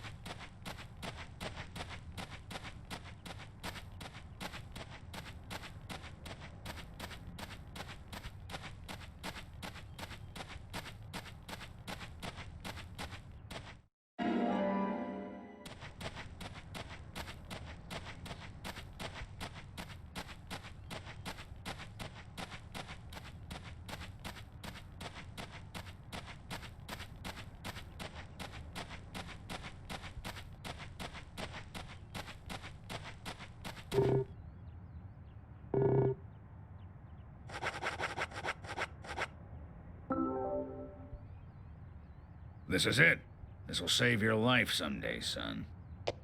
What's the story this time? Speed determines everything on the battlefield, life or death. You're not going to tell me another story about stomach pains, are you? Son, I told you already. Don't muck your superiors. It's a very serious story this time. It starts with a question. Why did we lose the battle? We had firepower and the air support in the beginning, but looking at the results of a war of attrition, we learned a lesson. We lacked speed when speed was needed. It was our superiors' fault. We should have carried out a swifter attack. That would have saved more of our soldiers. Although crybaby Timothy was doomed either way. You really hated that sergeant, didn't you? Don't talk to me with that tone, boy. Words cannot describe how much I hated him. I was at war with a crybaby.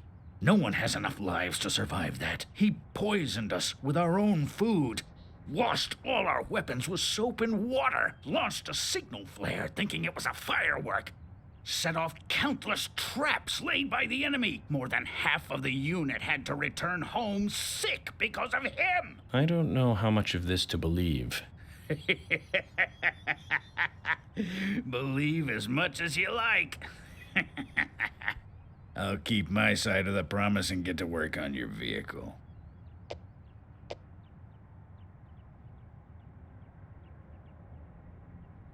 Well, if he hates that sergeant so much, why does he keep talking about him? And would a general really even have direct contact with a sergeant? Questions keep mounting. I've increased your exhaust and optimized your higher gears. That means you can drive at a faster top speed, but there's still plenty of stuff I can do to make your car go faster. Just come see me again and I'll customize your car a little more.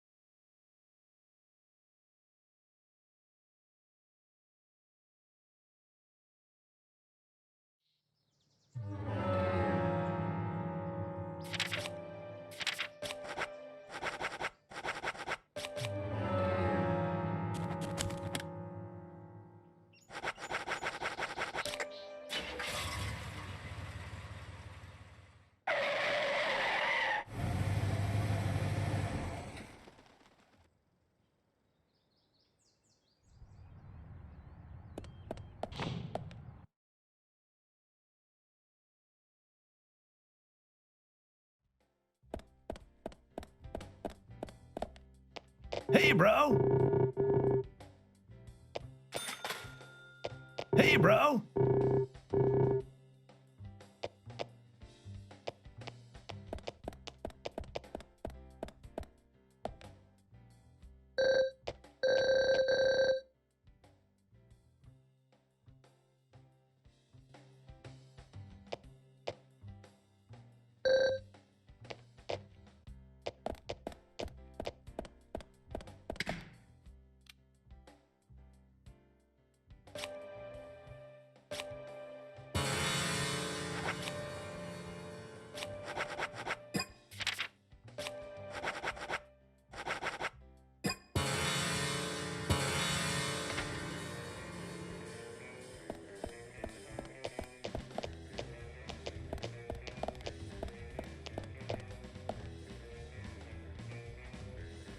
Hey, bro!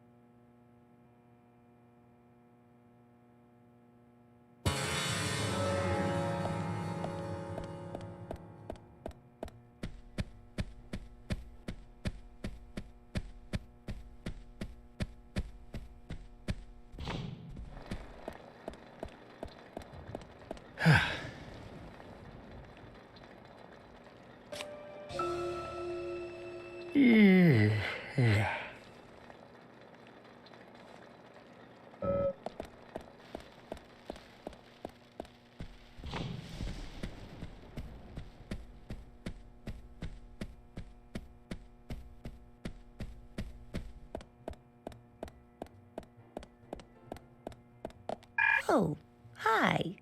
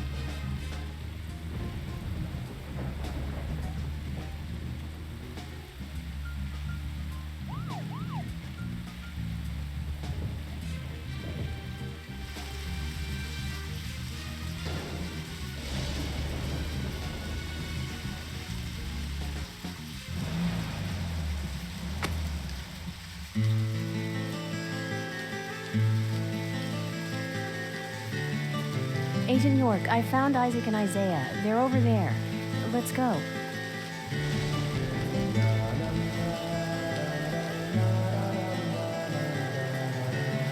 Hello again, Isaac and Isaiah. I hear you're teaching Willie to do tricks. What's your secret? It's easy. Really simple. If he does it right, we give him a treat. A cookie if he does it right. I see. Very clever. So, tell me, you two. Could you perhaps tell me another special secret with Becky? No, we can't. It won't be a secret if we tell. I'm not telling. We promised Becky. Well, that's a problem. Because I also made a promise to Becky. I promised to catch the bad man around. But I can't keep my promise if I don't know what the secret is. Do you see?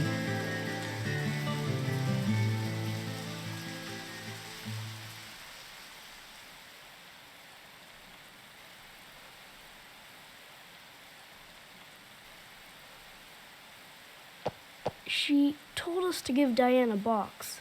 It wasn't that heavy. We took it to the art gallery and gave it to Diane. Is that all Becky gave you? Just when we were leaving to take the box to Diane, Becky called us back. She handed us something. It was small and round. She told us to keep it safe in our pocket and give it to Diane.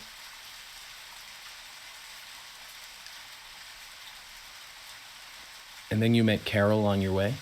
Yep.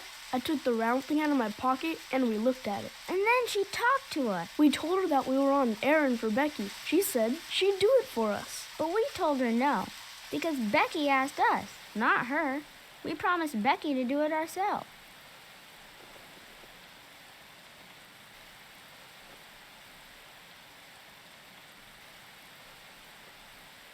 So Becky did entrust the locket to them.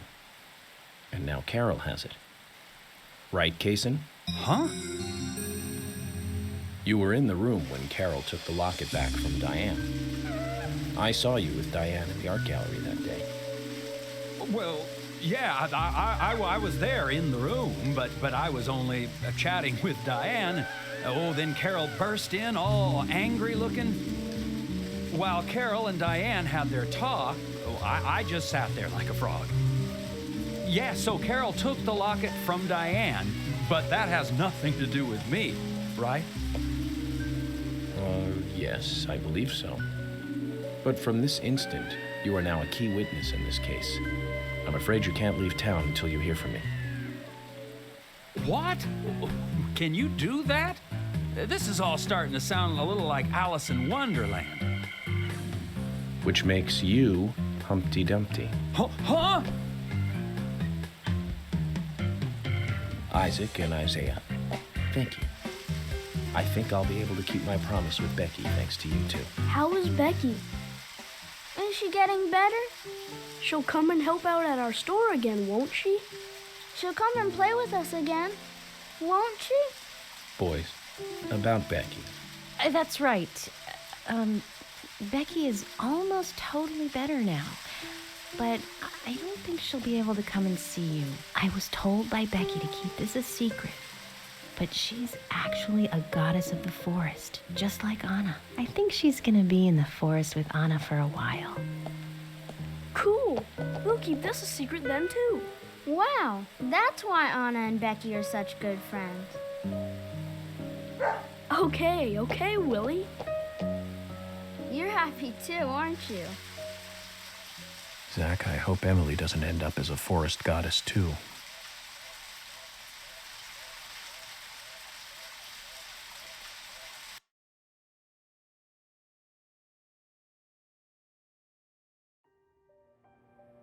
Okay then, Zach. Let's go over what we found out recently about the case. First, Diane, the owner of the art gallery. She was out drinking with Nick Cormack in a bar on the night Anna died. Nick confirmed this, and so she has an alibi. But then we have what Nick's wife Olivia told us. According to Olivia, Nick and Diane not only went to the bar, but also went somewhere else that night. Do you remember where that was, Zach?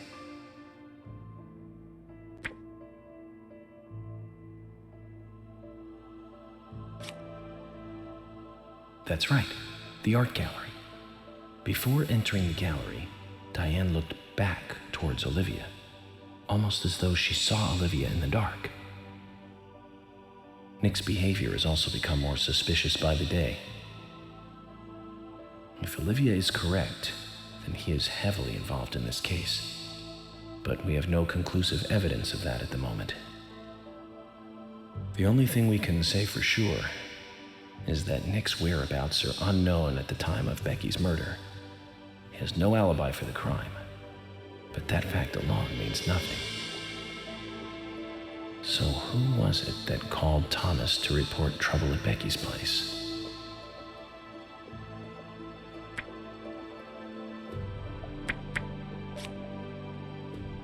That's right. It was Quint, Becky's boyfriend. He went to her house and saw the tragedy.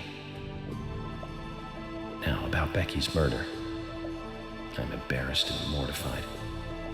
Killer struck again while we were on the case. We found her bitten off tongue, a massive amount of red seeds that poured out with the blood, and an inverted peace symbol like the one seen at the site of Anna's murder. From the similarities, one can deduce that Anna's killer killed Becky. We also found one other important piece of evidence in Becky's room. Can you remember what that was, Zach?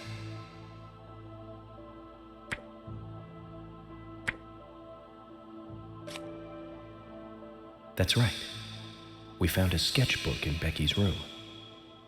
She had apparently written a letter to her sister Diane. It revealed that Becky took a locket from Anna's body at the crime scene. She also admitted to borrowing a pair of Diane's stiletto heel shoes.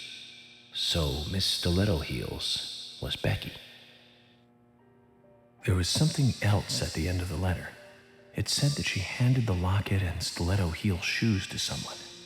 Do you remember who, Zach?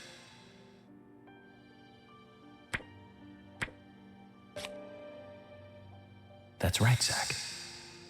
And from what Isaac and Isaiah told us, Carol offered to take the items to Diane, but the twins refused. They gave them to Diane themselves, as they had promised. For some reason, Carol wanted the locket. She ended up storming into the gallery to take it from Diane. And when Carol took the locket from Diane, Kaysen just happened to be there. Is Kaysen involved in this? Or was he just there by coincidence? I wonder what's so special about the locket, too. Why did Carol want it so badly? The questions are mounting. Come to think of it, Quint, the first witness, has no alibi for Becky's death. We checked the phone records, and his call definitely came from her house. Is it possible he attacked Becky and then called us from the scene? but everyone is suspicious one way or another. What should we do next, Zach? Okay, who's the most suspicious?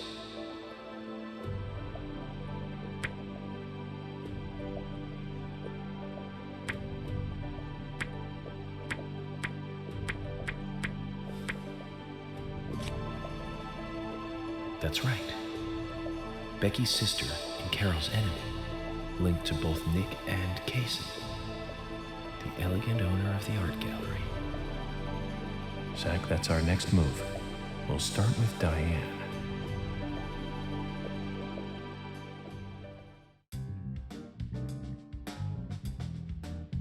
So, you want to find out everything there is to know about Diane? That's right. There's just too many things that we don't know.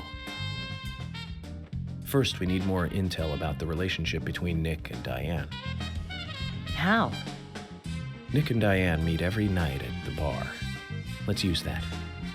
George, we'll need you to stake out the gallery. What do you mean? Wait in the parking lot of the art gallery and tail Diane when she leaves. If she goes anywhere other than the bar, you let me know. Emily, you take the diner. Wait for Nick and tail him to the bar, too. As with George, if he goes anywhere else, then you let me know. Okay. Thomas, you keep a watch on them inside the bar. Yes, I will. I'll be waiting in the parking lot of the bar.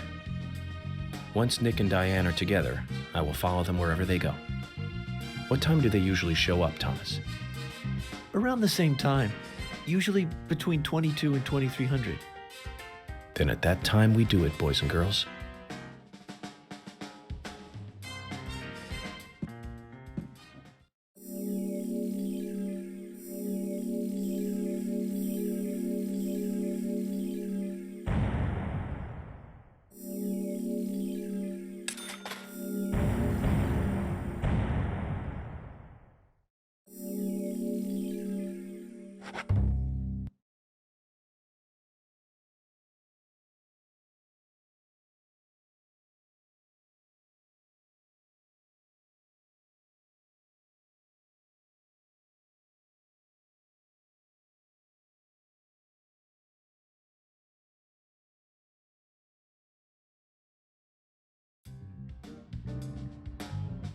Zach, we need to be at Carol's bar at 2200.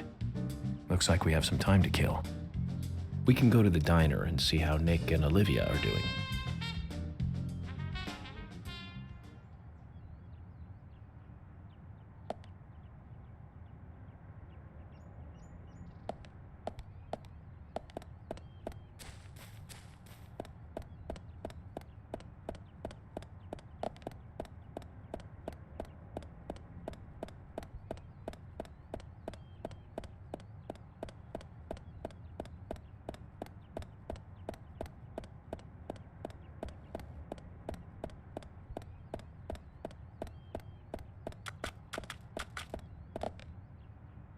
You?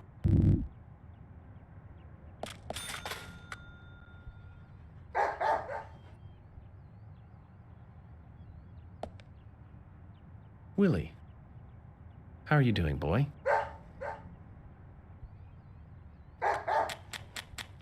Hey, Willie, wait! Where are you going? You got me, Kaysen. Willie just ran off with some bones I was carrying as evidence. Bones? I can't really go into the details, but I need them. York, that's not good. Willie loves bones. He's a dog. And carrying bones around with him is like, well, like throwing a blonde in a bikini into a boy's locker room. It's almost like you were asking for trouble. Sorry, but you're just gonna have to forget about your bones. I better run after him now. I'll see you later. Forget about them. If I gave up that easily, then I wouldn't be a good federal agent, would I, Zach? We're going to have to search his house, Zach. Let's get back those precious bones.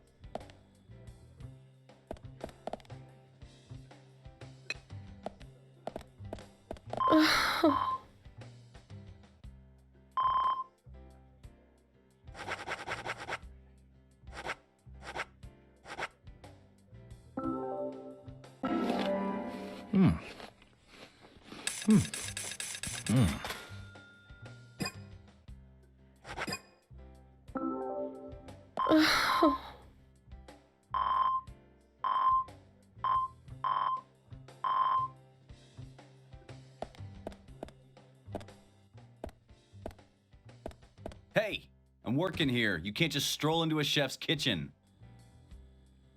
Then perhaps you would give me your permission to enter. No, get the hell out of here. Zach, everyone has their own sanctuary. Let's leave him in his.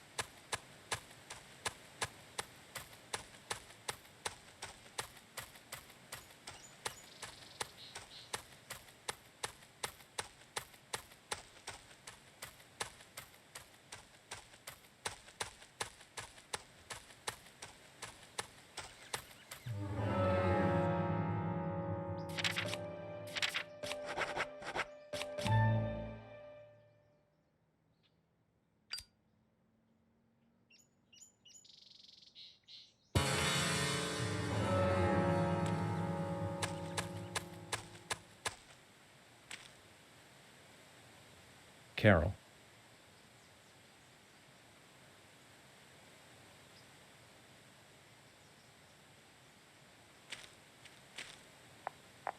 Wait.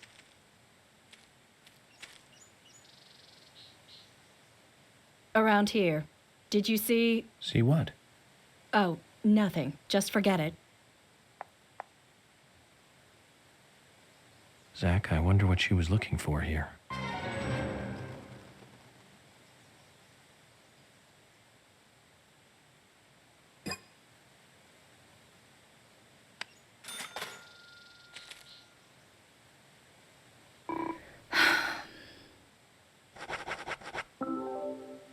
Is this your picture?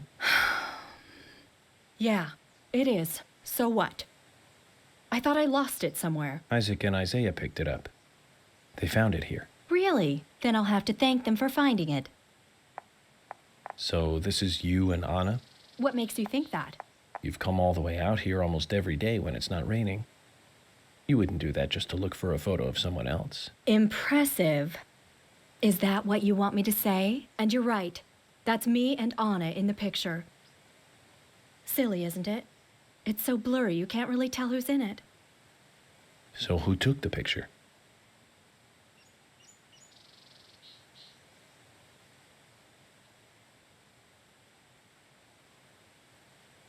Anna did. She wanted a picture of us both together. I didn't really want one, so she pointed the camera at us by herself while I was moving around. And that's what happens when you try to take a picture like that. She was always so silly and happy. She took so many pictures. She always printed a load of them and gave them to everyone. Everyone just threw them away. So what about this one? You don't make copies of the blurry pictures, do you? We weren't even that close. But I couldn't throw this one away. I see. One last thing then. Where was this picture taken? Where? Nowhere special. Anna's room.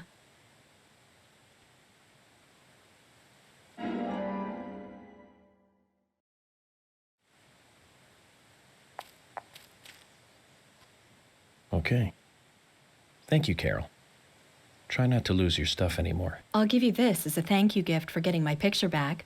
I don't want you thinking I owe you anything. Zach, did you hear that? Why would she say nowhere special? She's trying to hide the fact that it was indeed a very special place.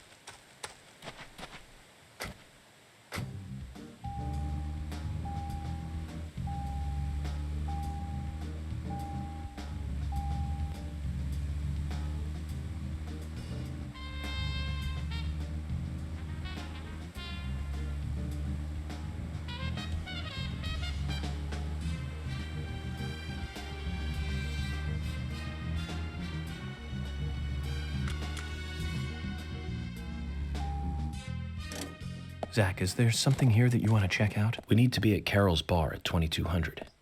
We're free until then.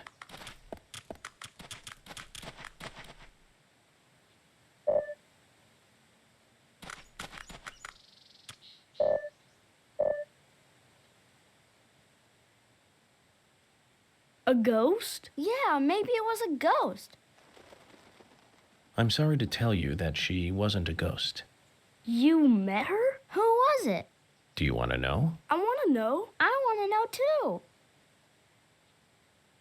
It was Carol in the forest. I think she wanted to meet the goddess too. Oh, so it was Carol. Oh, Carol and Anna were friends. Does that clear everything up for you?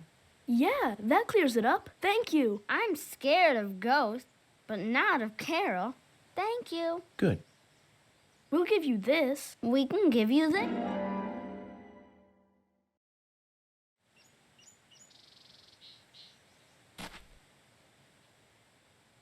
Children's eyes are always so honest.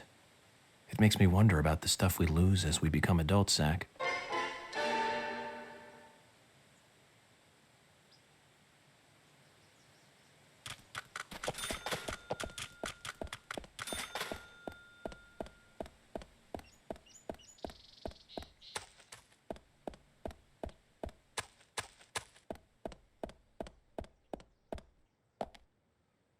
Zach, I'm glad I don't need a warrant to search a doghouse.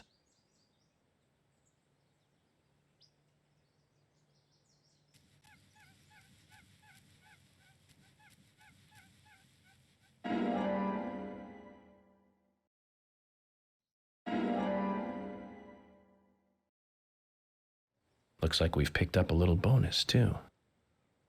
We'll have to give Willie something to make up for this another time.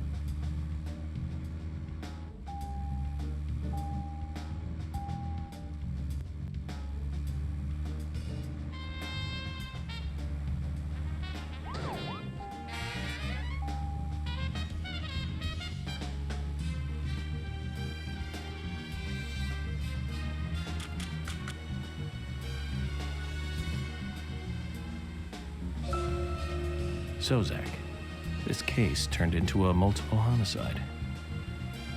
What kind of motives turn a criminal into a serial killer?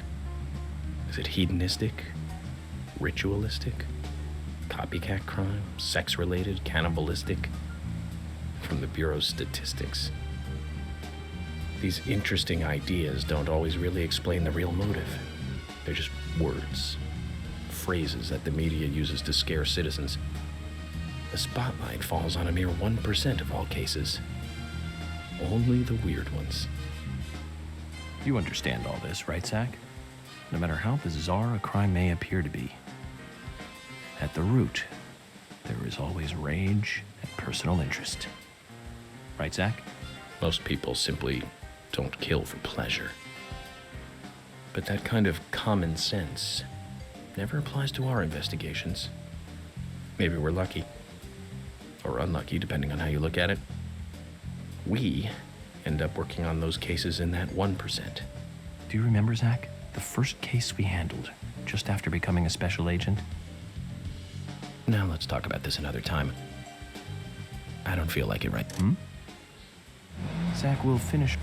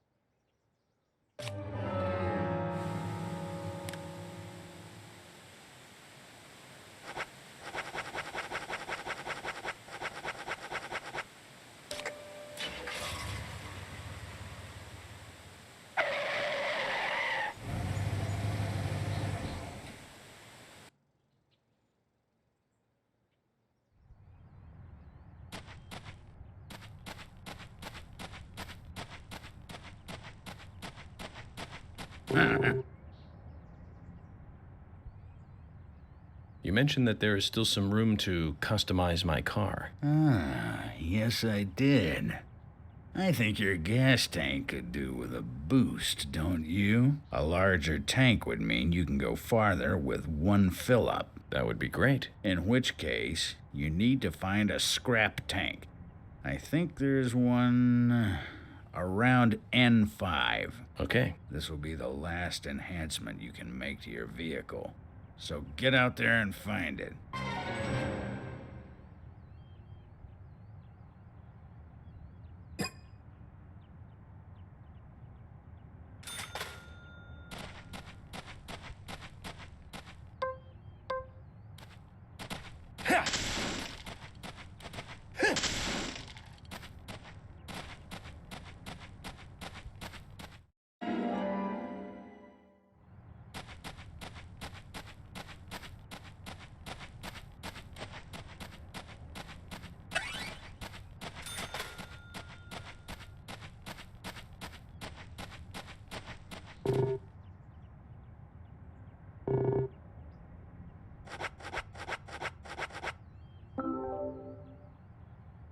This is it.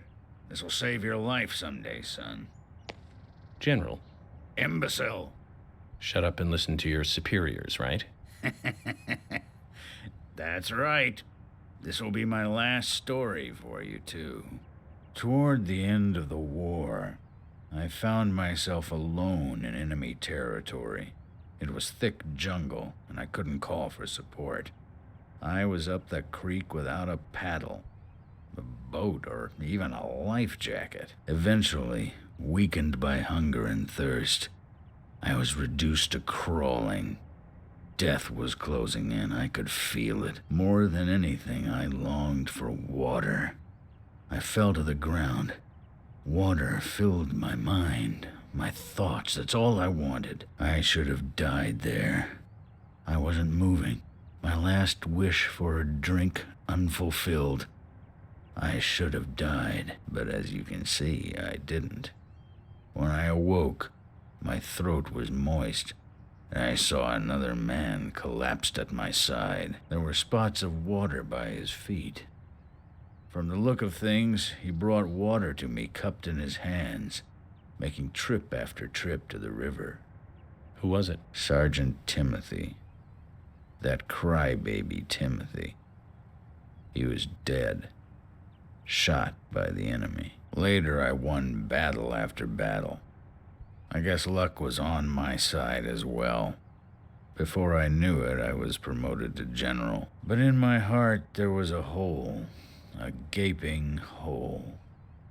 I believe I died that day on the battlefield. I died with crybaby Timothy. Anyway, that's my last war story for you. Time for your final customization.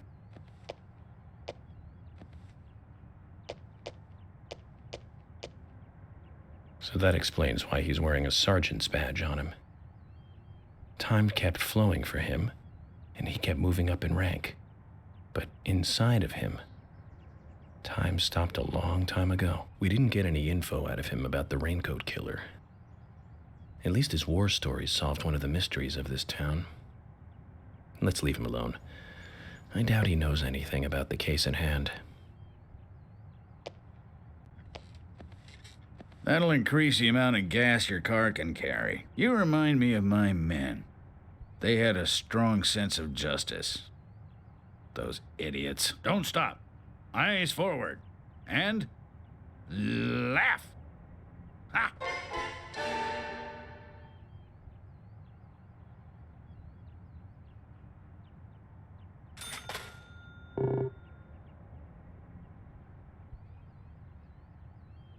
General, there's something I want to ask you. What is it? Before you ask, though, I can't customize your car anymore. No, it's not about that. I heard you've got my other car here. The one I drove to Greenvale. Your car? So that high-spec beauty was yours? Yes. I was wondering, if you could fix it up for me. I won't mind if it costs me a bunch to get it repaired. Quite important to you, is it, this car? Very well, then. If you're willing to pay, I'll do the work for you.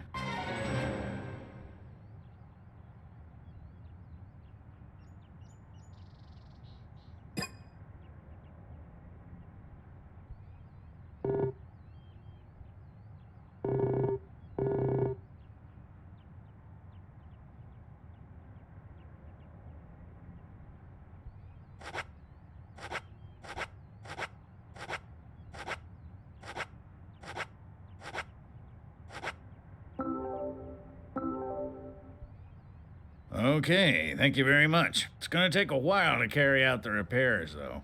Go and get a good night's sleep and come back soon, why don't you? Once it's done, I'll put it out front. Just use this key and take it. Don't worry. I may not look it, but I'm pretty darn good at what I do.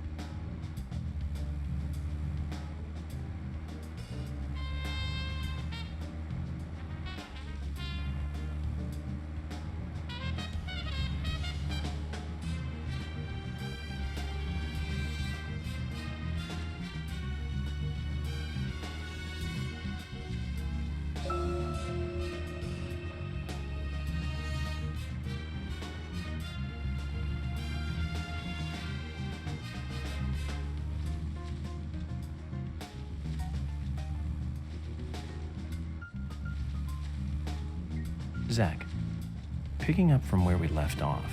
So, Zach, this case turned into a multiple homicide. What kind of motives turn a criminal into a serial killer? Is it hedonistic? Ritualistic? Copycat crime? Sex-related? Cannibalistic? From the Bureau's statistics. These interesting ideas don't always really explain the real motive. They're just words.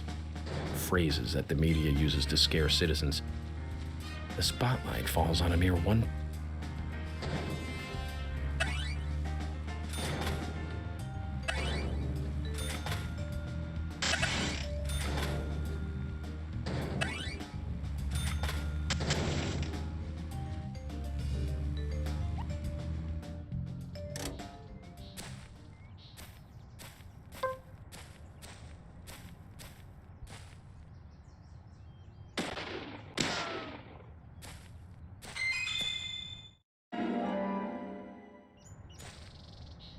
A human bone? This doesn't look related to the case, but shouldn't I let someone know?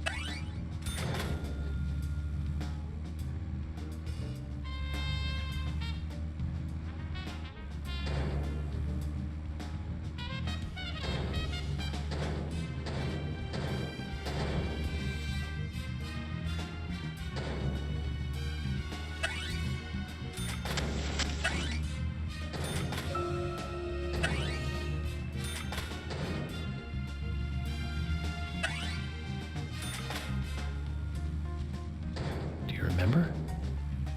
How many years ago was it now? That multiple homicide of young girls in that college town in Illinois.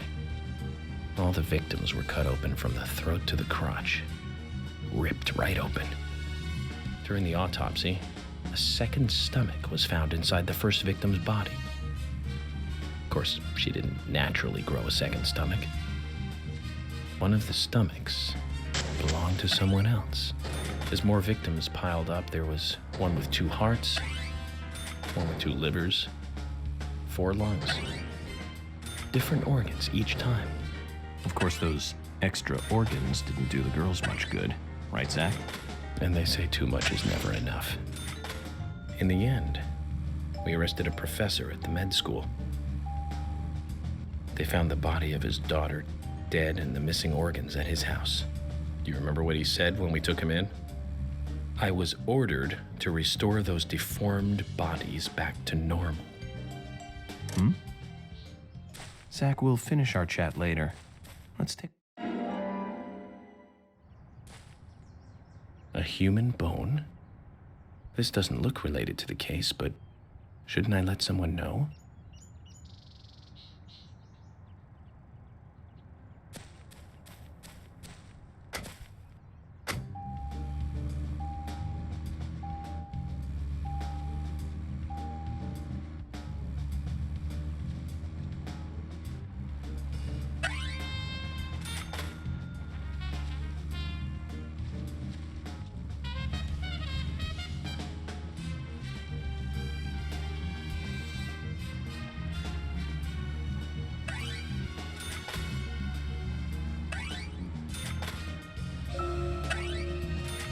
Zach, picking up from where we left off.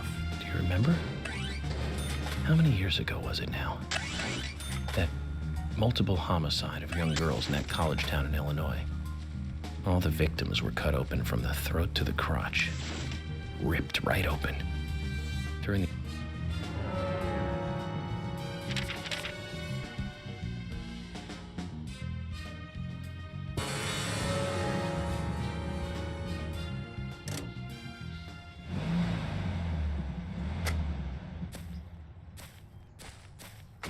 Zach, is there something here?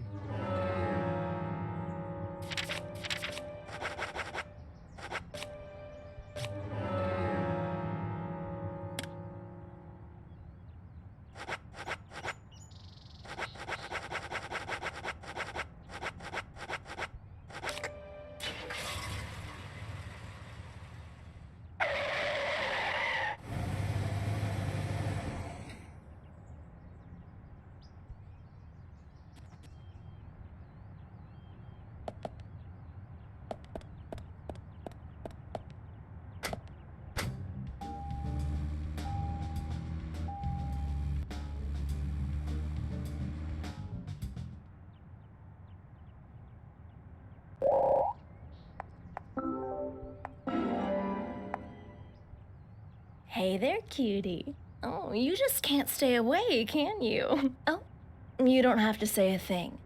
I can tell you've come for the special service. Ooh, I'll give you the special service every time.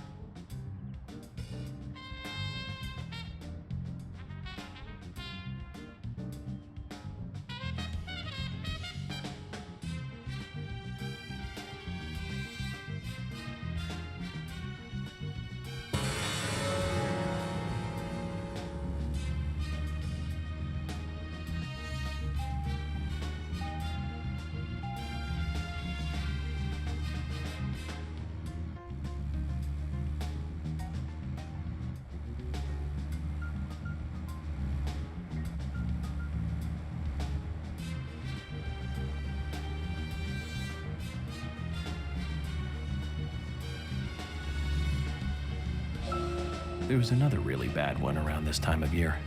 3 years ago. Remember, Zach? Yes, that's right. That one. Multiple homicide, same MO, across Utah, Colorado, and Missouri.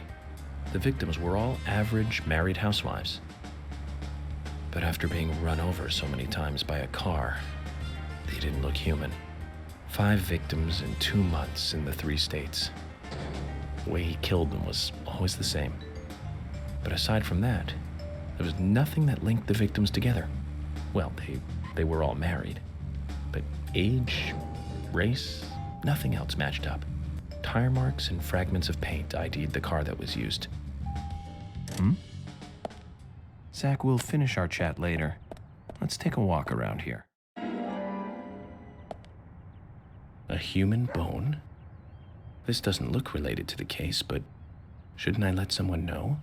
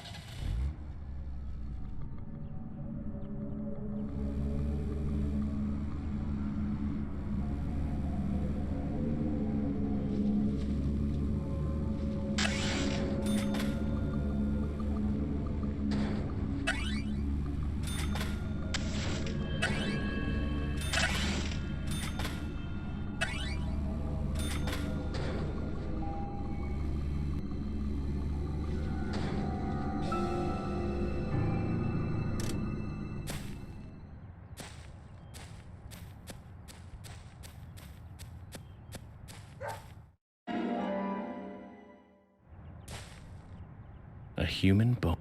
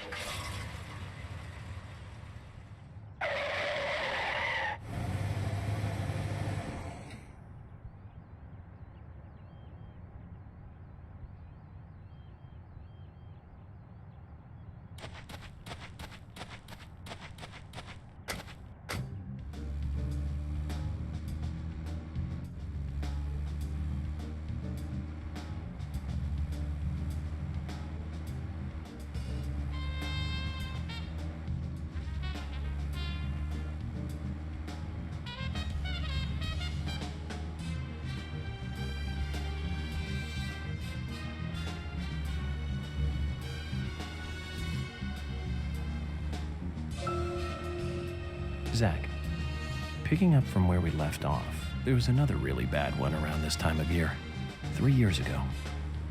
Remember, Zach? Yes, that's right. That one.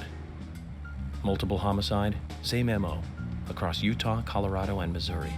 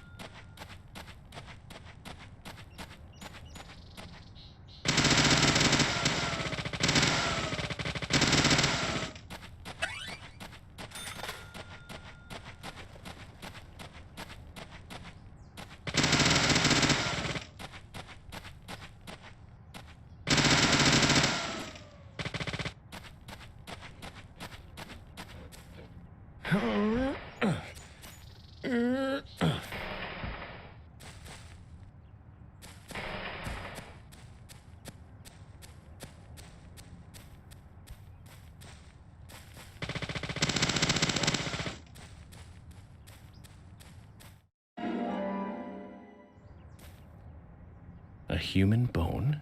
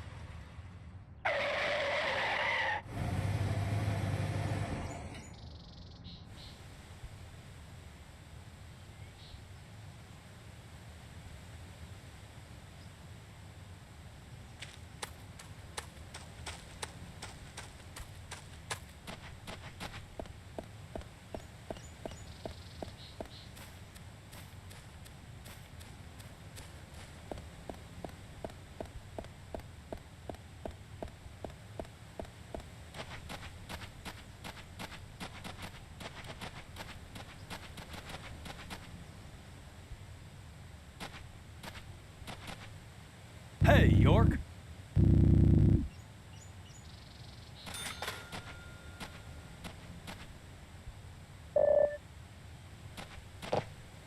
Hey, York.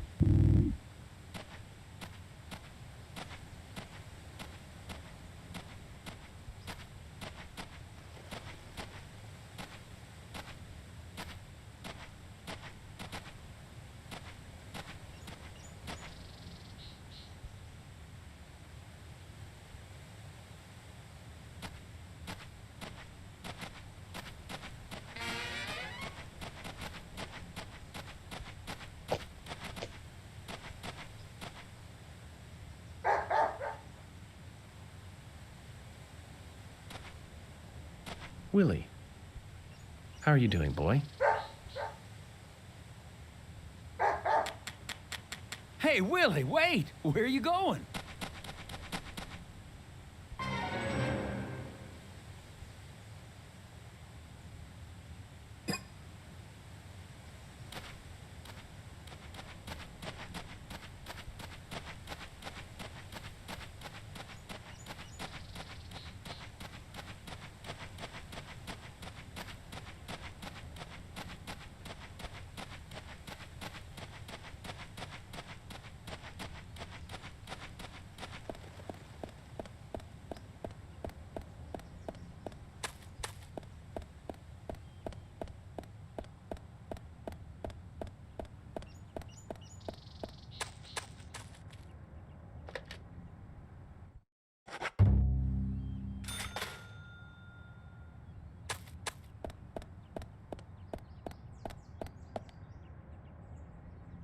Zach, I'm glad I don't need a warrant to search a doghouse.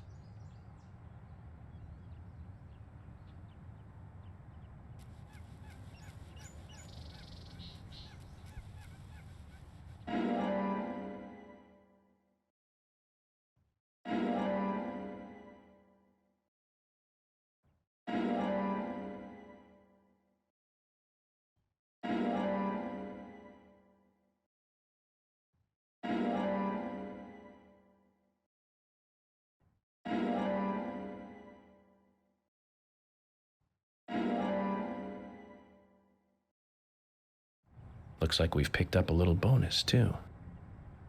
We'll have to give Willie something to make up for this another time.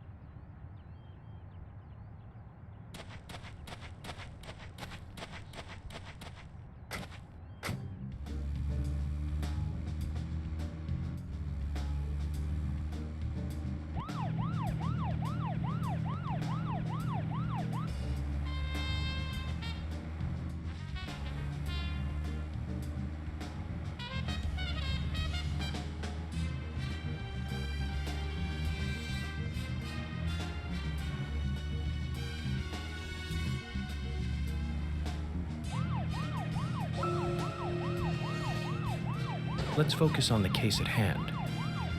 The murders with the red seeds. Officially, the Bureau has not made a statement about these seeds. Some even claim that they are irrelevant to the killings. But after the red seeds were found in a Boston homicide. Zach, is there something here that you want to check out? We need to be at Carol's bar at 2200. We're free until then.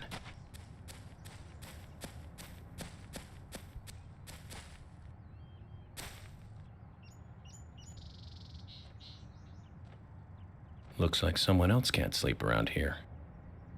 But why leave such a comfy grave?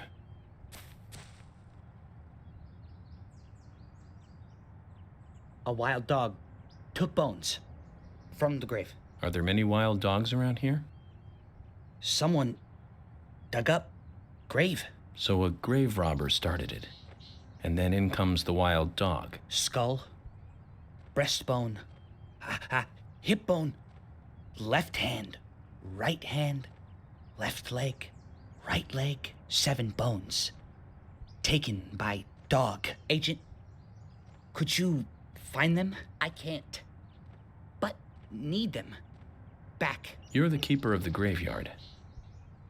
I understand your disposition, but I have my own job to do. Please, Agent, look for bones. I can't leave here. Please. I beg you. Zach, he's a really persistent guy when he wants to be. Very well. I'll make a mental note to help him.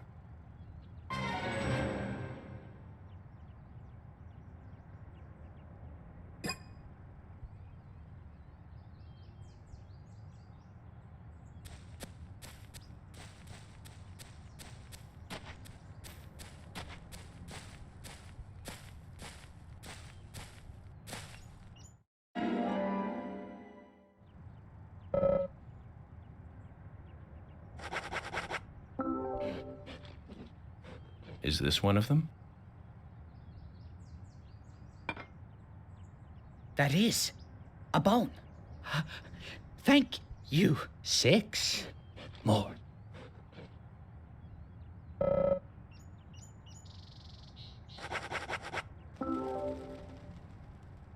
Is this one of them? That is a bone. Thank you. 5 more.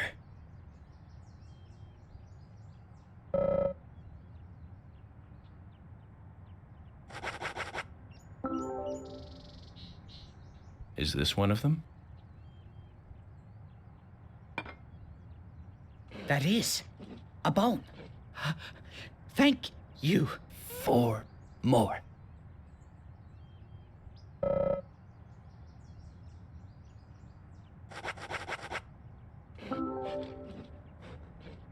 Is this one of them? That is a bone. Thank you. 3 more.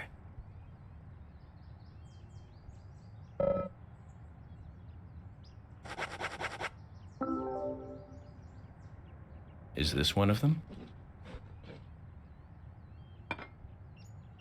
That is a bone.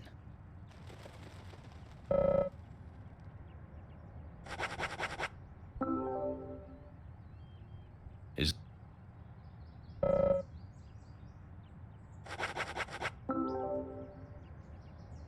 Is this one of them? That is a bone. Thank you. That's all. Agent, thank you. Thank you. Now I can sleep again. This key.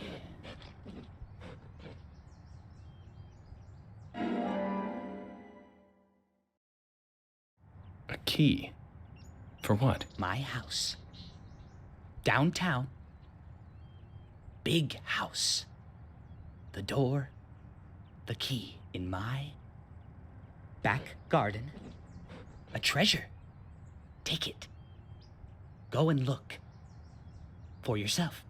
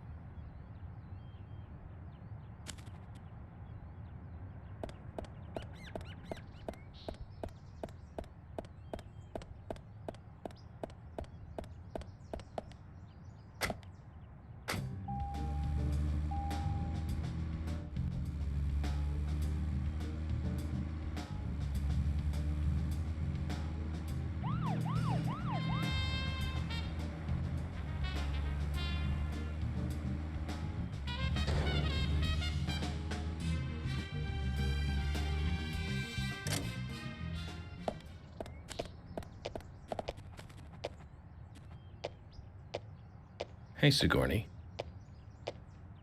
I'm glad you're here. My pot, it's getting cold. Please, let's get going. Okay, no problem. By the way, what's in the pot? Does that really matter? Now let's get going. Hurry! Once we get her home, Zach, let's ask her again.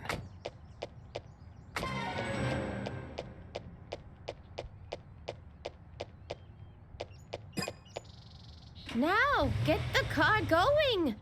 My house is over by the lake. 3, 2, 1, go!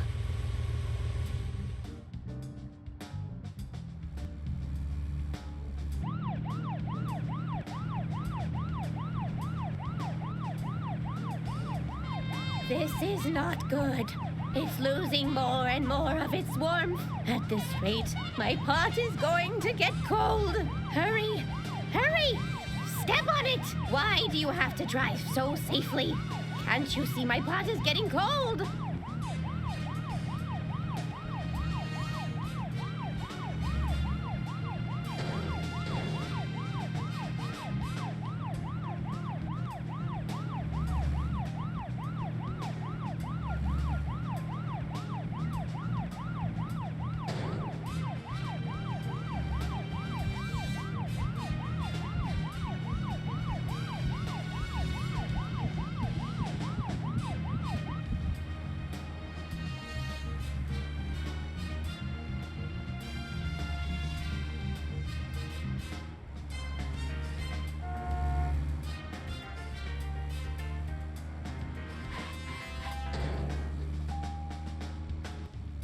Why aren't we there yet? If we go this slow, my pot is going to get cold.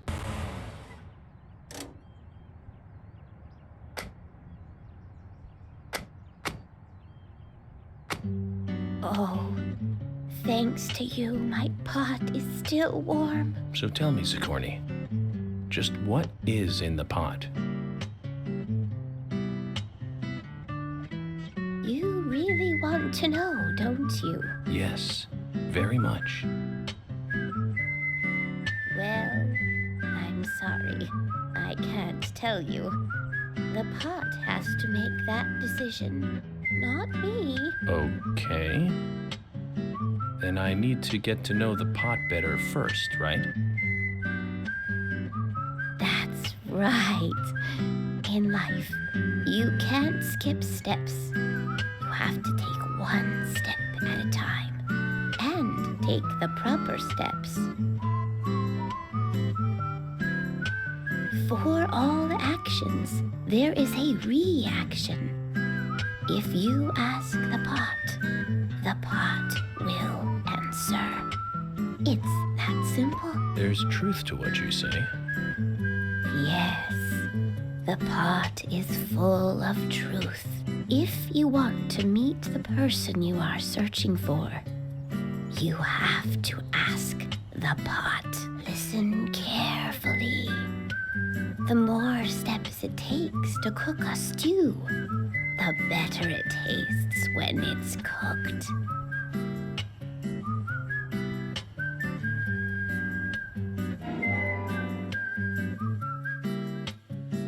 Oh my!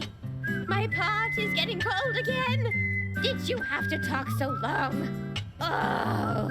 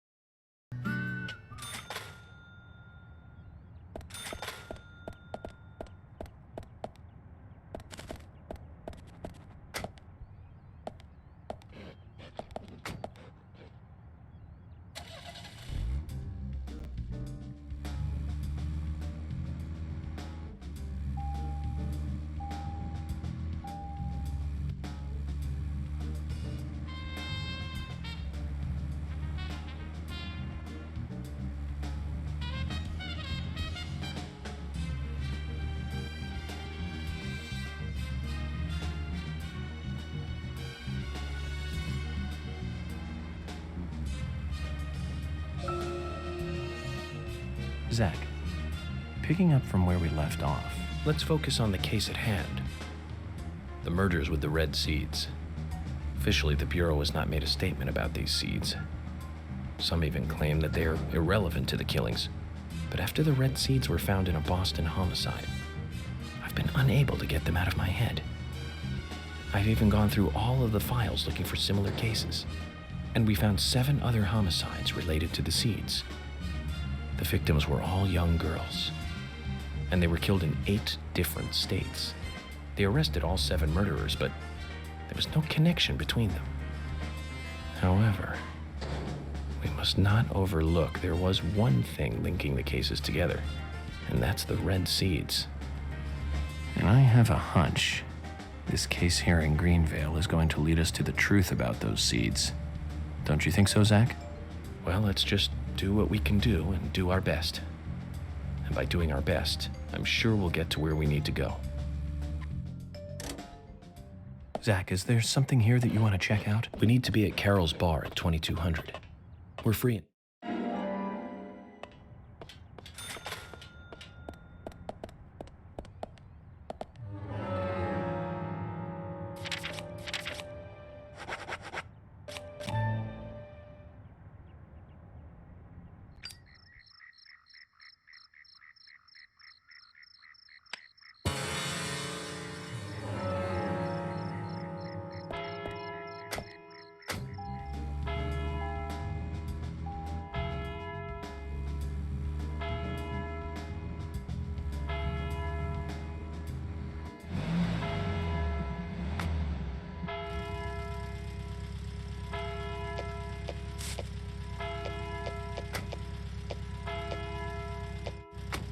Nick's still in the bar.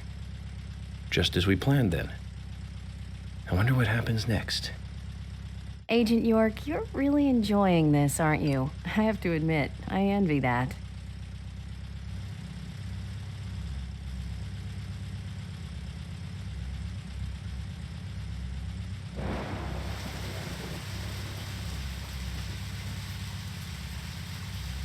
Agent York, Nick is leaving the bar.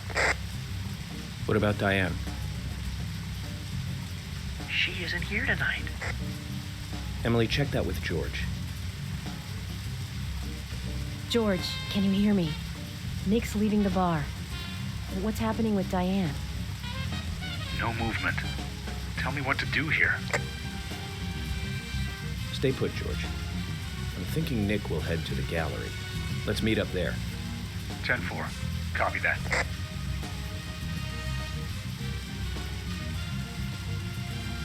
Agent York, it's Nick.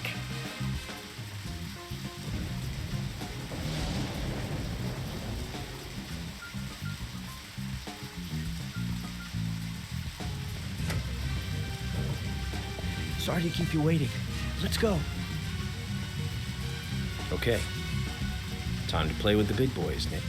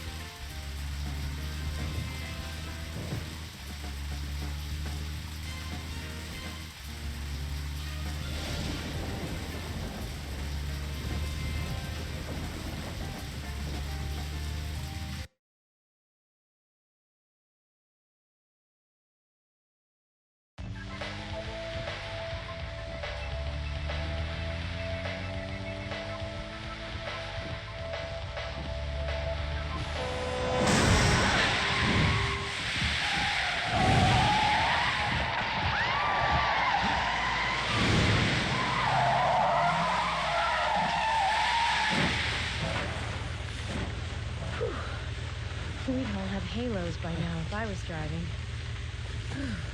I think someone's putting a curse on all the cars I drive recently.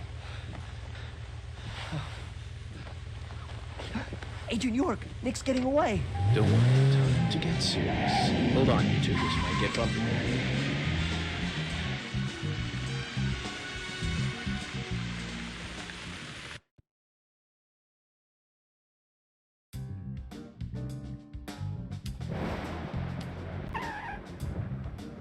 Is Nick here? George? No, he hasn't showed up here. What about Diane? Any movement? No action here at all. Did something happen? Yes, a little. But George, something's different about you. Are you okay? Actually, I had a little drink while I was waiting. This is my first murder case, after all. I'm on edge, and I needed one. It was only a little, though. I'm still in control.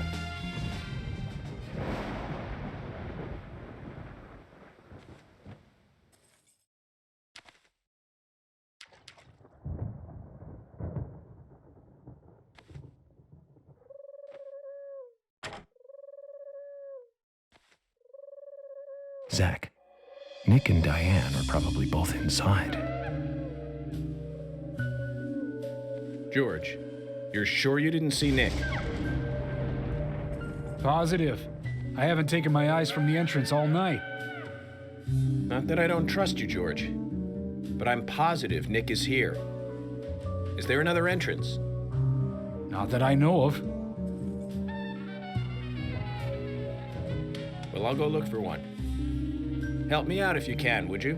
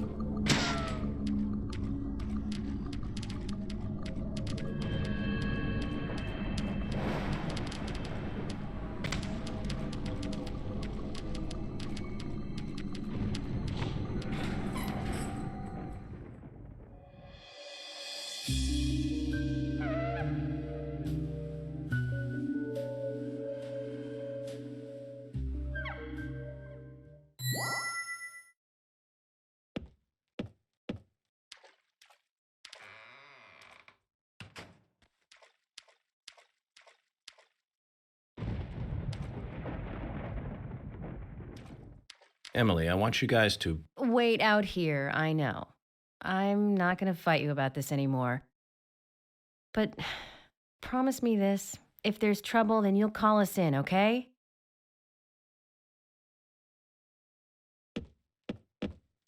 You might not think so, but we're a team. A team? That's what I think, at least, and I'm interested in you and Zach. I don't want anything to happen to you before I hear more about you two.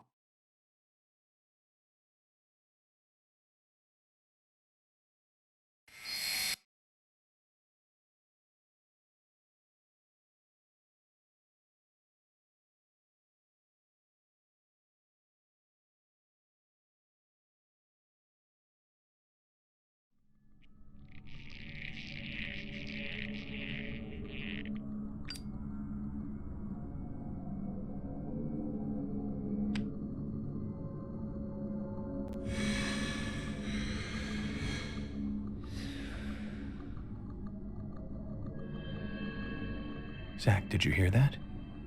She wants to know more about you. Isn't that a nice surprise? Amazing.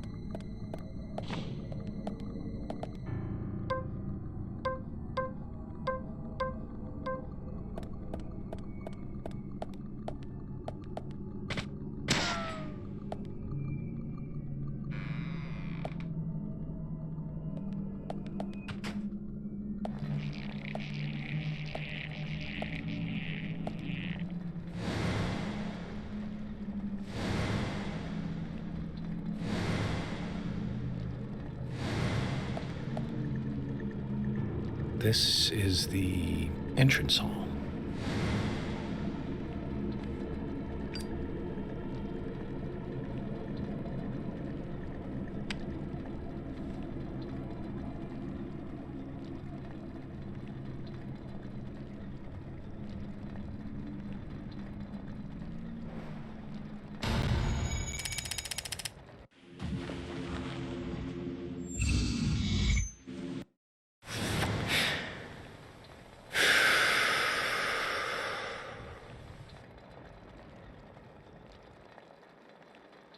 Too much noise.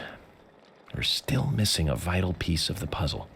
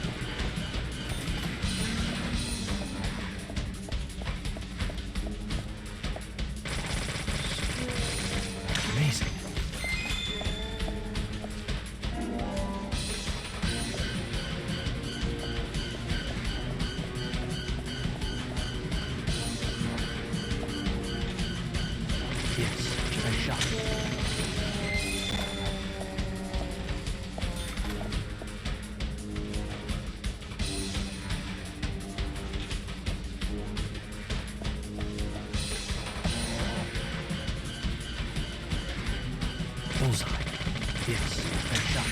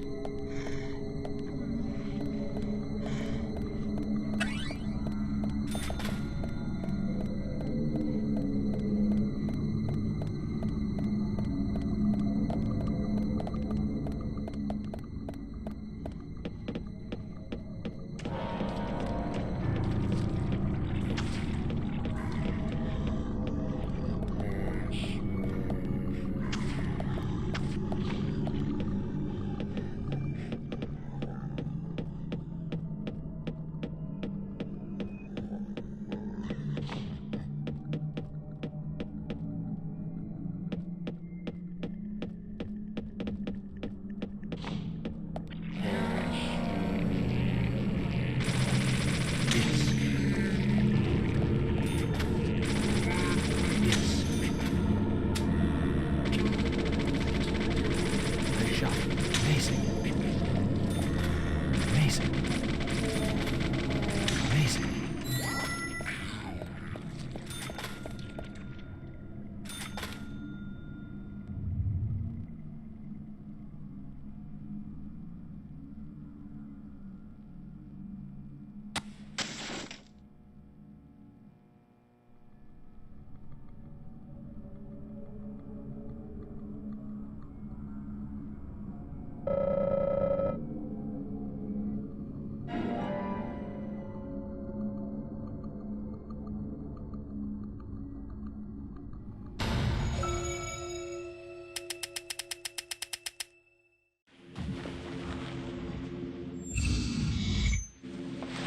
You?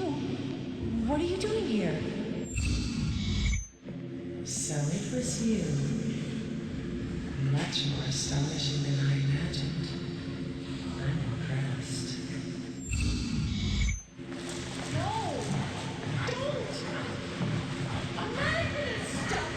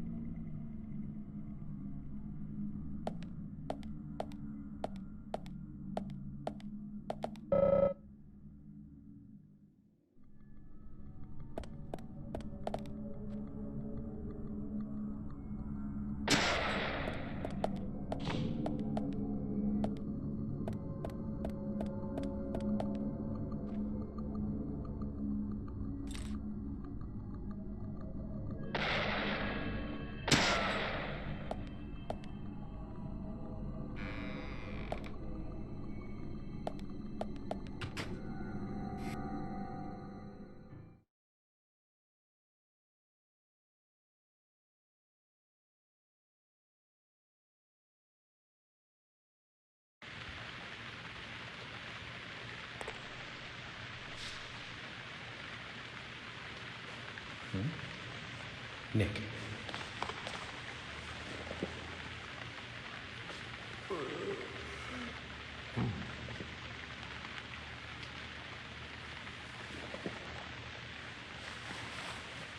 Huh?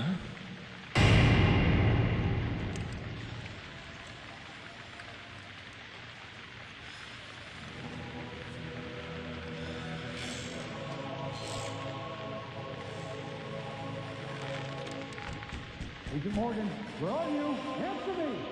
Come on, open up!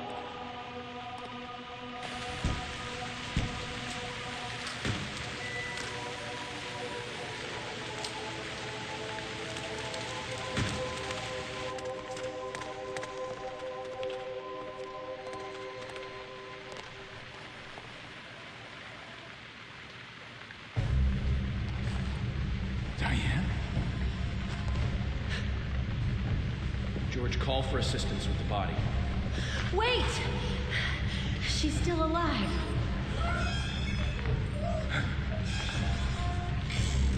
Diane, don't move. Don't move your hands and stay still.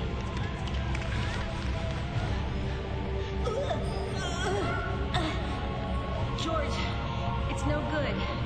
It won't budge. Emily, stand back.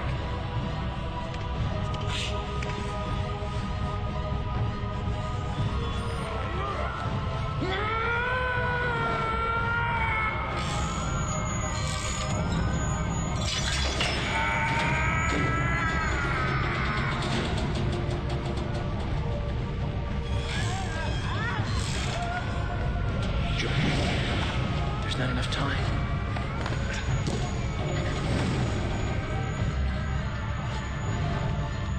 George! Catch us!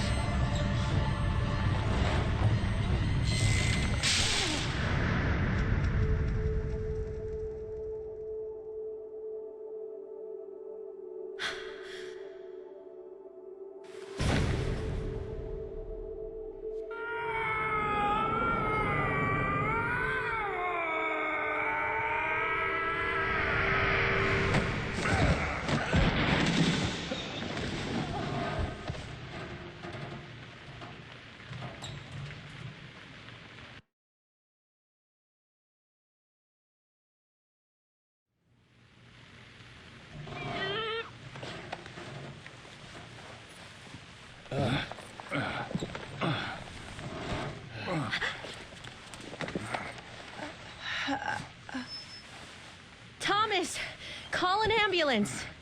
What? What? Agent York, George, are you okay? Yes, I'm okay. I think I'm too old to be an acrobat, though. Diane looks okay, too. She should be able to tell us who did this to her. God, I hope so. But you, George, quite a catch. I'm impressed.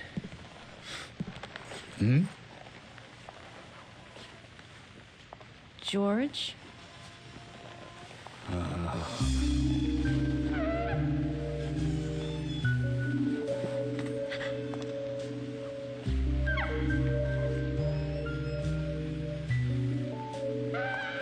Diane.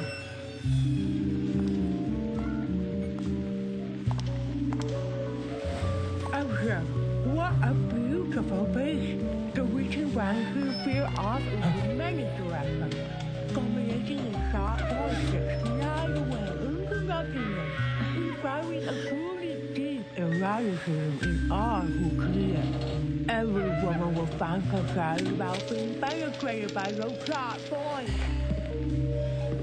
This piece is most unimaginable to talent. And yet, this is far more than a wooden piece of art. It is a piece of masterpiece by arrogant dinosaurs themselves. Come closer. Begging please.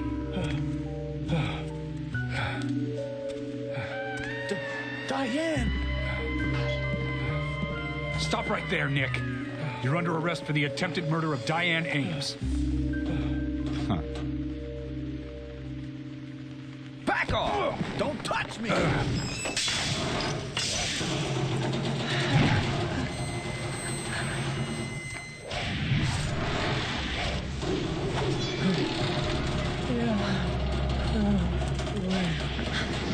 Diane, no! Move!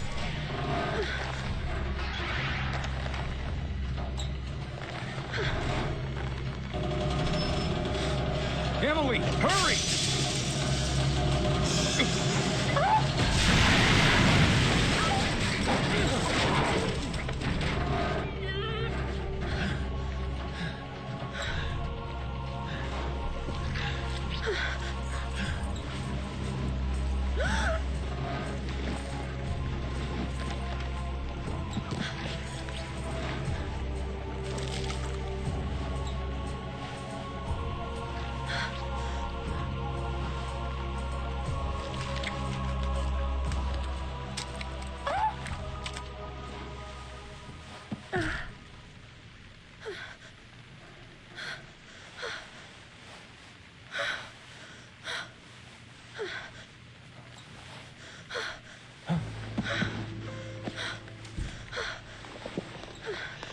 I requested, and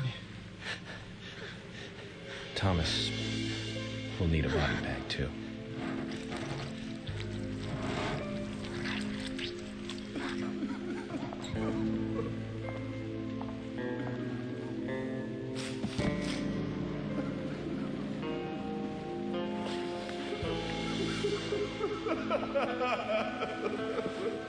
Nick, quiet.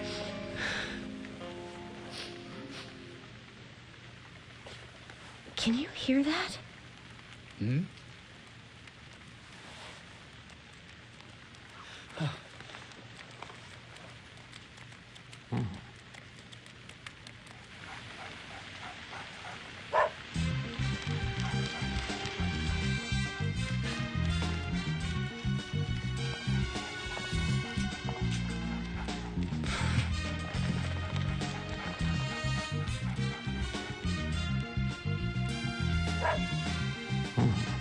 I think he wants us to follow him. Shall we follow, Zach?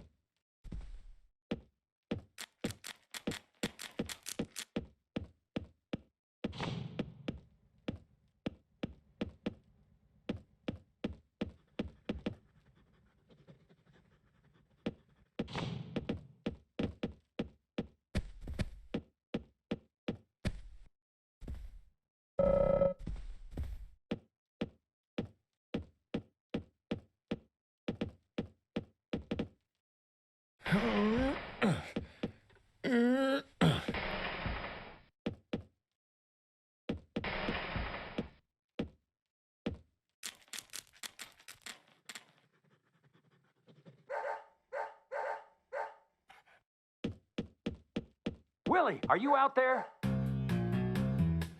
Kaysen, what are you doing in there?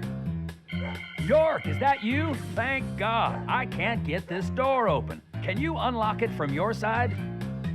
Kaysen, stand away from the door.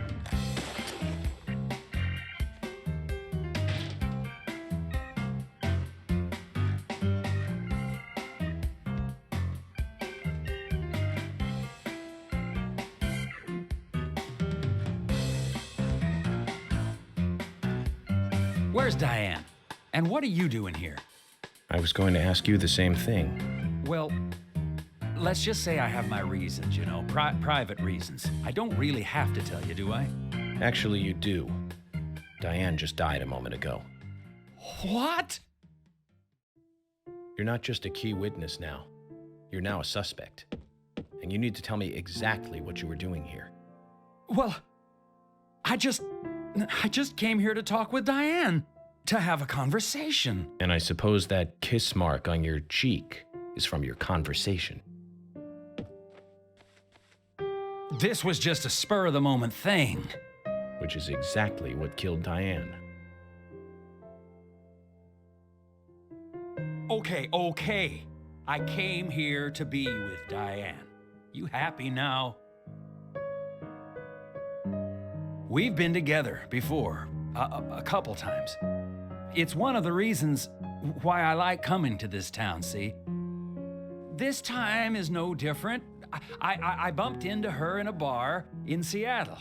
I had some holiday coming up. Well, so I just took it and I drove her back here. I have a wife, you know, but we've been separated for a while. We're going through a divorce right now, and I don't want her lawyer finding out.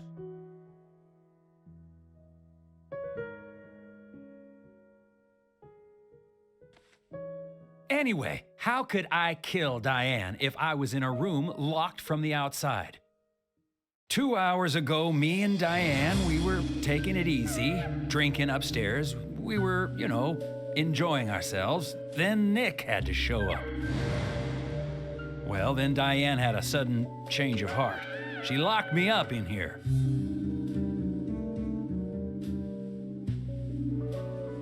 I've just been here, waiting for her to come back, of course, but she didn't. I heard footsteps a couple of times, but they just passed by.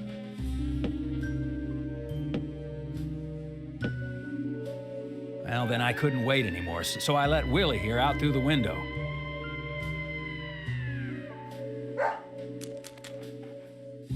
Then you showed up instead of Diane.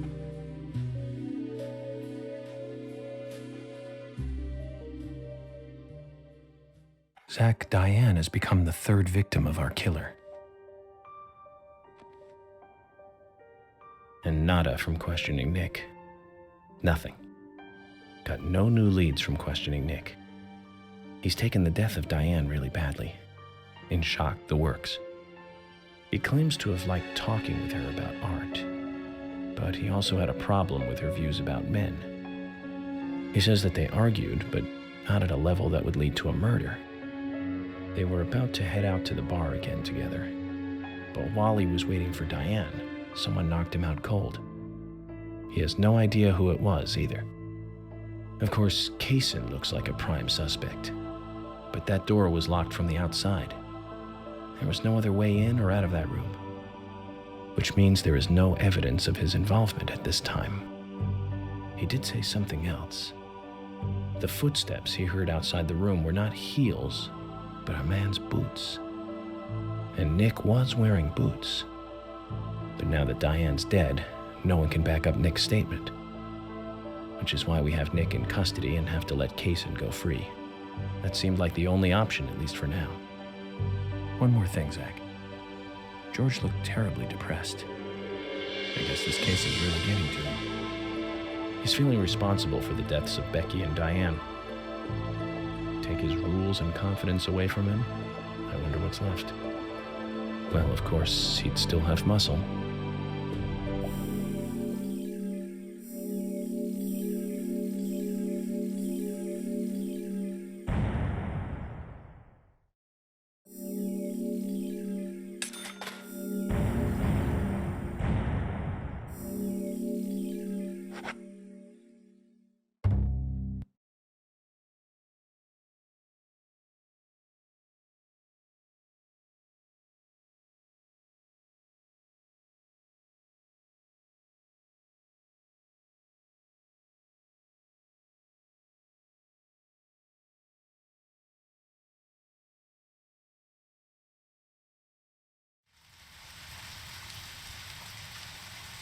Zach, let's get back to the hotel. First Anna, then Becky, now Diane. I'm not looking forward to writing this investigation report. Agent Morgan. York. Do you have a moment? What is it, George? There's something I'd like to talk to you about. Do you have any time later? Can't we just do it here? If possible, I'd like to go to a bar. Of course, we don't really have to. A bar? Now that sounds like a good idea. Zach, what do you think? We can go drinking with George, or turn him down and head back to the hotel.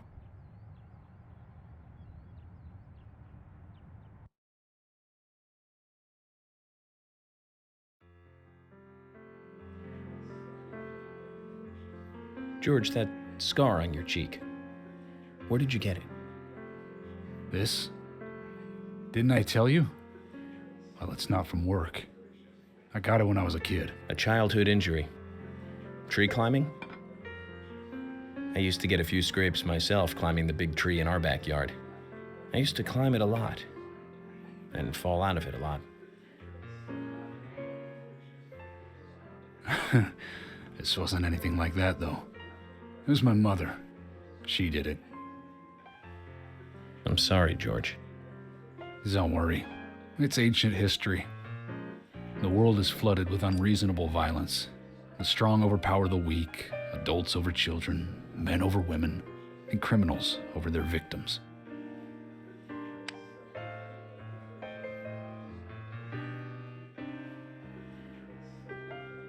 I have no memories of my father.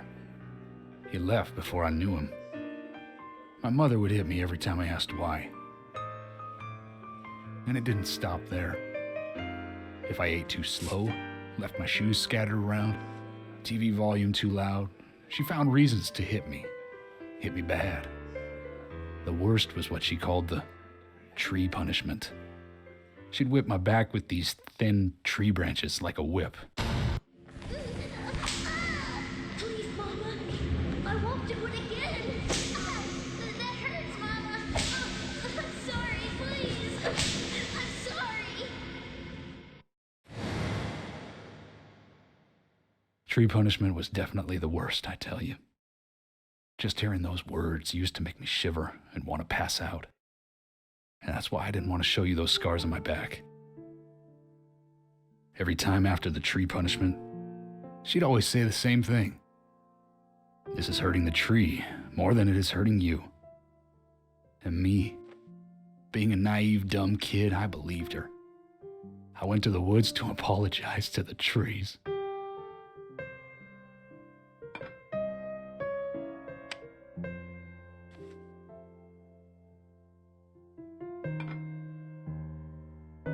I kept asking myself, why is she hurting me this way? I thought long and hard about it. In the end, I've just figured I'm weaker than her. That's why. It's the law of Mother Nature at work. The strong eat the weak. But now, you have the power to protect the weak. That's right. Perhaps I should thank my mother for guiding me into this line of work.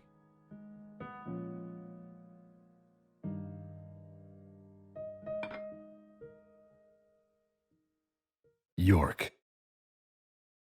I've been an arrogant fool, haven't I? And if it weren't for me, both Becky and Diane would still be alive.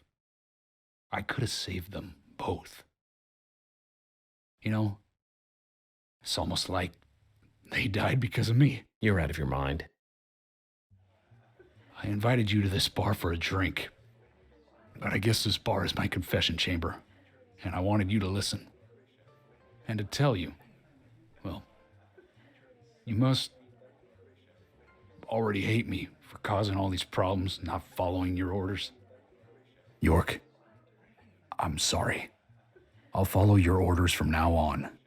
You'll have my total cooperation. George, you've been as cooperative as you can be. You even invited an FBI guy to a bar for drinks. You've done a good job protecting this town. And the folks here respect you for that. Nobody can blame you for anything. Thanks. I do feel a little better.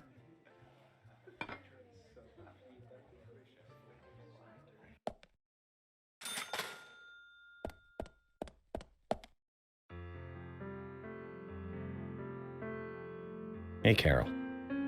Becky is dead. Diane, too. We've got Nick in custody as a suspect. Nick didn't do it. I know. Carol, you took a locket from Diane, didn't you? A locket with this mark on it.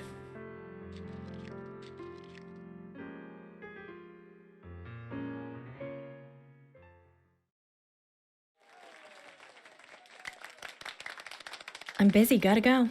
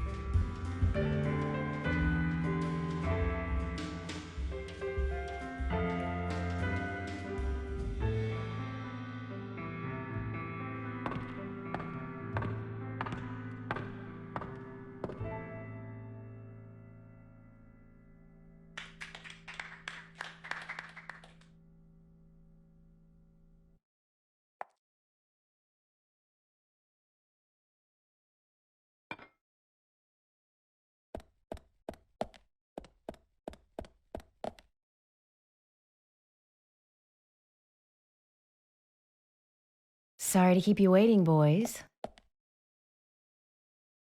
Zach, Emily is already a goddess of the forest.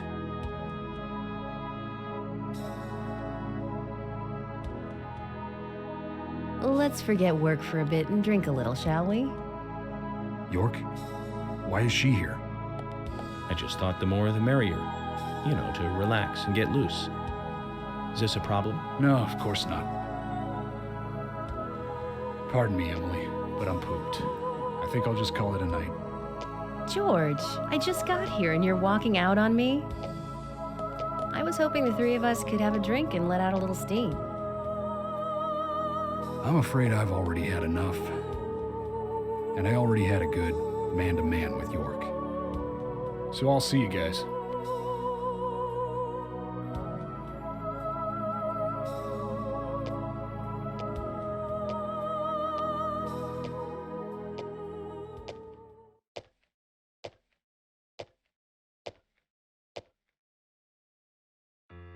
I think George likes you, but he's avoiding you all at the same time. How astute. There's a reason? Nothing worth going into. It's a thing of the past.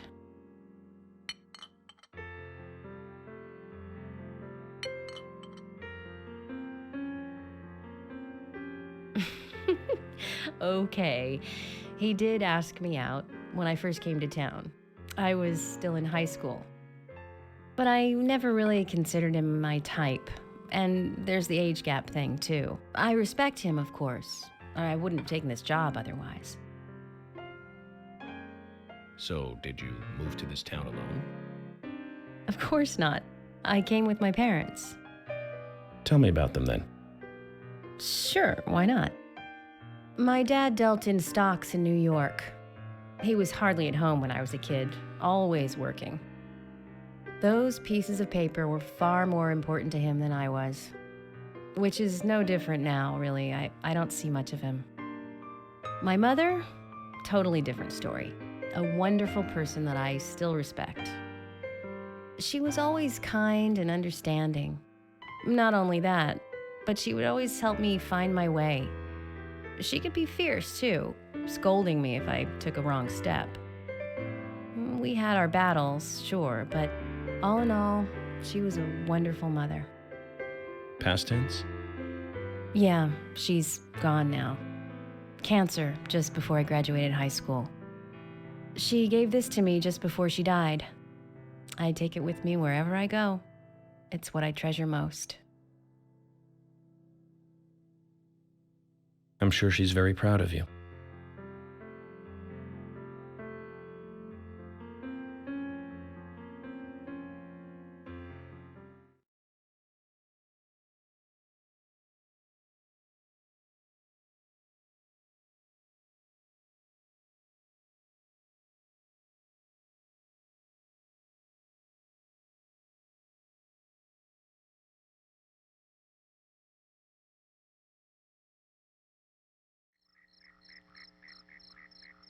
I had a good time tonight. Good night. See you tomorrow. York. Yes?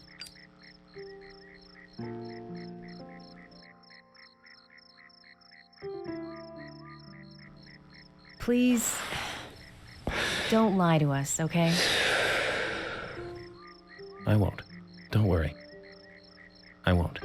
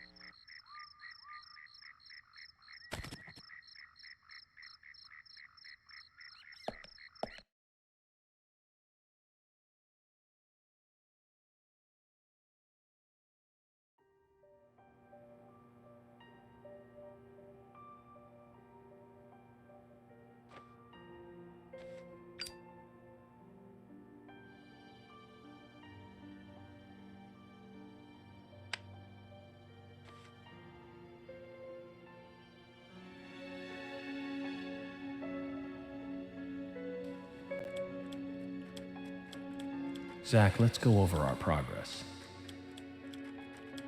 From what Olivia told us, and the sketchbook we found at Becky's house, Nick and Diane became our primary suspects.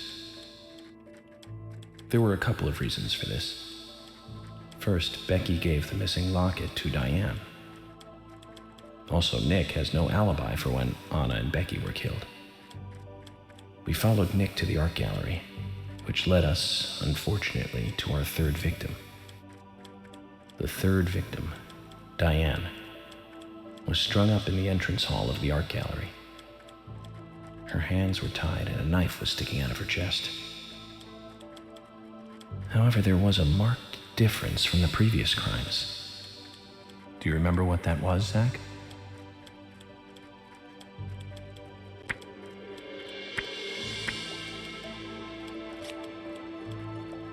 That's right. Diane was still alive. This suggests that very little time had passed since the crime was committed, which means the criminal was still close by. It was someone near the scene. There are two possible candidates: Nick, who was knocked out in the entrance, and one other. Zach, who was the other person in the gallery?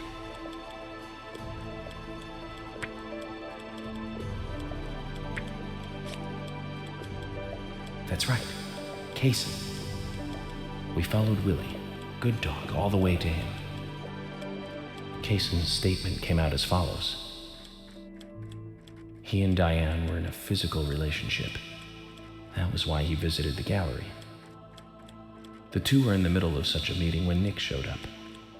Diane lost her cool and shut Kaysen up in the basement. Now, what did Kaysen hear when he was locked up?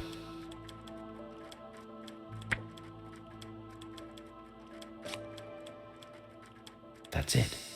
The sound of boots passing by. Nick was wearing boots that day, which means it was likely that Diane met with Nick in her room. Nick said he argued verbally with Diane about her playing around with men, but they eventually decided to go out drinking to make up. However, immediately after that, Nick was attacked by someone in the entrance hall and knocked unconscious. We saw the rest. Zach, do you think that Nick is our serial killer?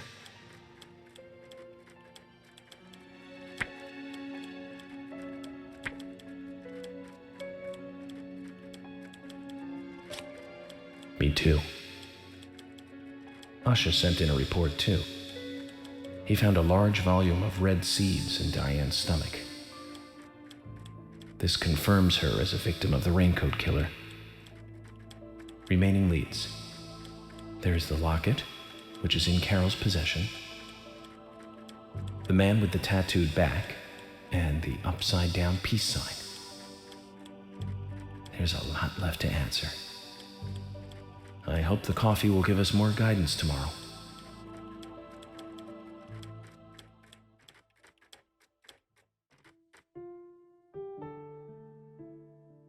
Zach, what did you think about George pouring his heart out?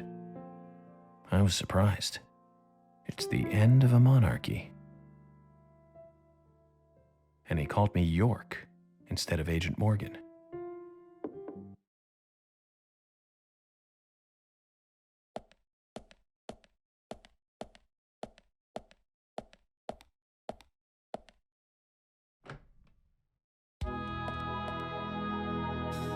Emily? What's going on? Do you know what time it is? I'm sorry. I couldn't sleep, so I was drinking alone.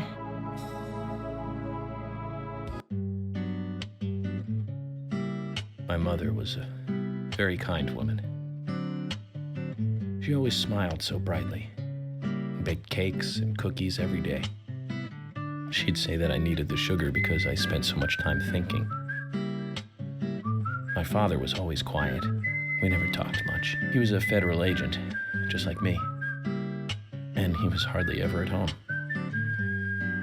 The only words he ever had for me were harsh ones. I had a vivid imagination, and I remember he once said this to me. There are plenty of crazy things in this world. You don't have to go dreaming them up. And it's my job to make sense out of them. One day you'll understand what I'm saying. I found out later that my father was one of the first to ever use criminal profiling to catch bad guys. And so now I'm doing exactly the same job that he did. Like father, like son. Can I ask you something? Shoot. Mind if it's something personal? Fire away. Who's Zach?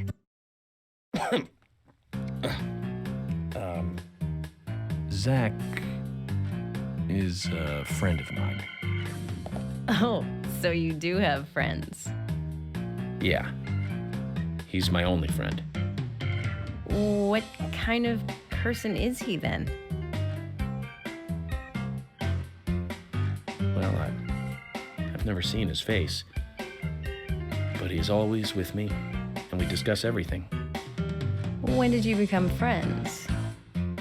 A long time ago. Back when I was a child.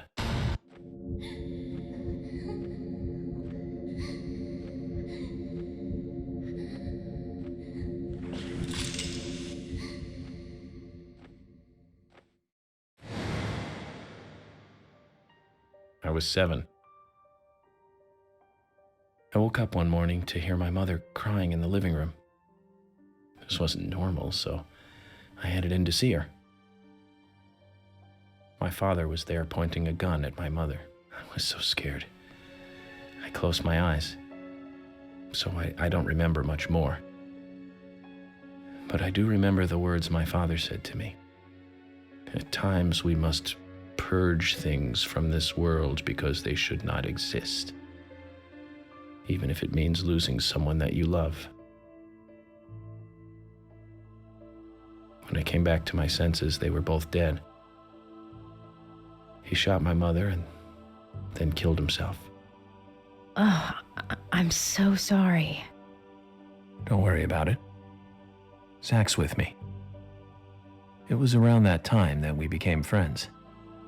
I'm here. I'm with you, he said. I'll be here always. We can get through this together.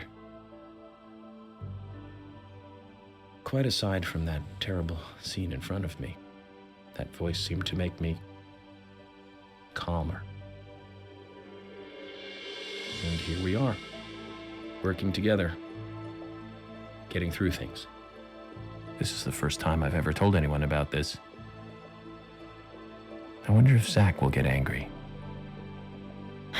That's a sad story. But I don't want you to take this the wrong way, but I'm sure there was a reason for what your father did. I know. I think maybe I became an agent to find out why he did what he did.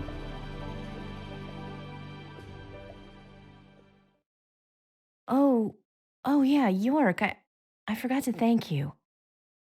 Thank me? For what? You saved my life. If you didn't save me at the gallery, I would have died along with Diane. No need to thank me for that. I'm pretty useless. I couldn't save Becky. I couldn't save Diane. What did you just say? Useless? I was never expecting to hear you say that. Huh. There might be a modest guy in you after all. Finally, you noticed? You're a little slow, aren't you? Maybe hopeless, but not useless.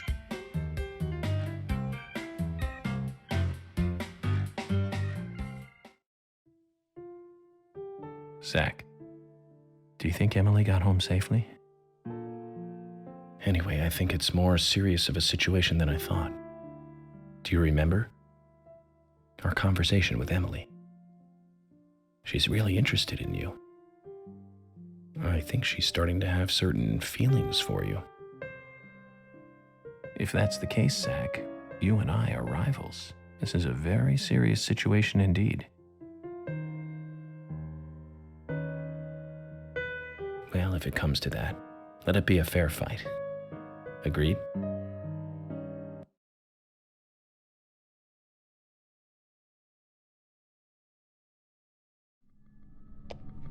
Thomas! Thomas!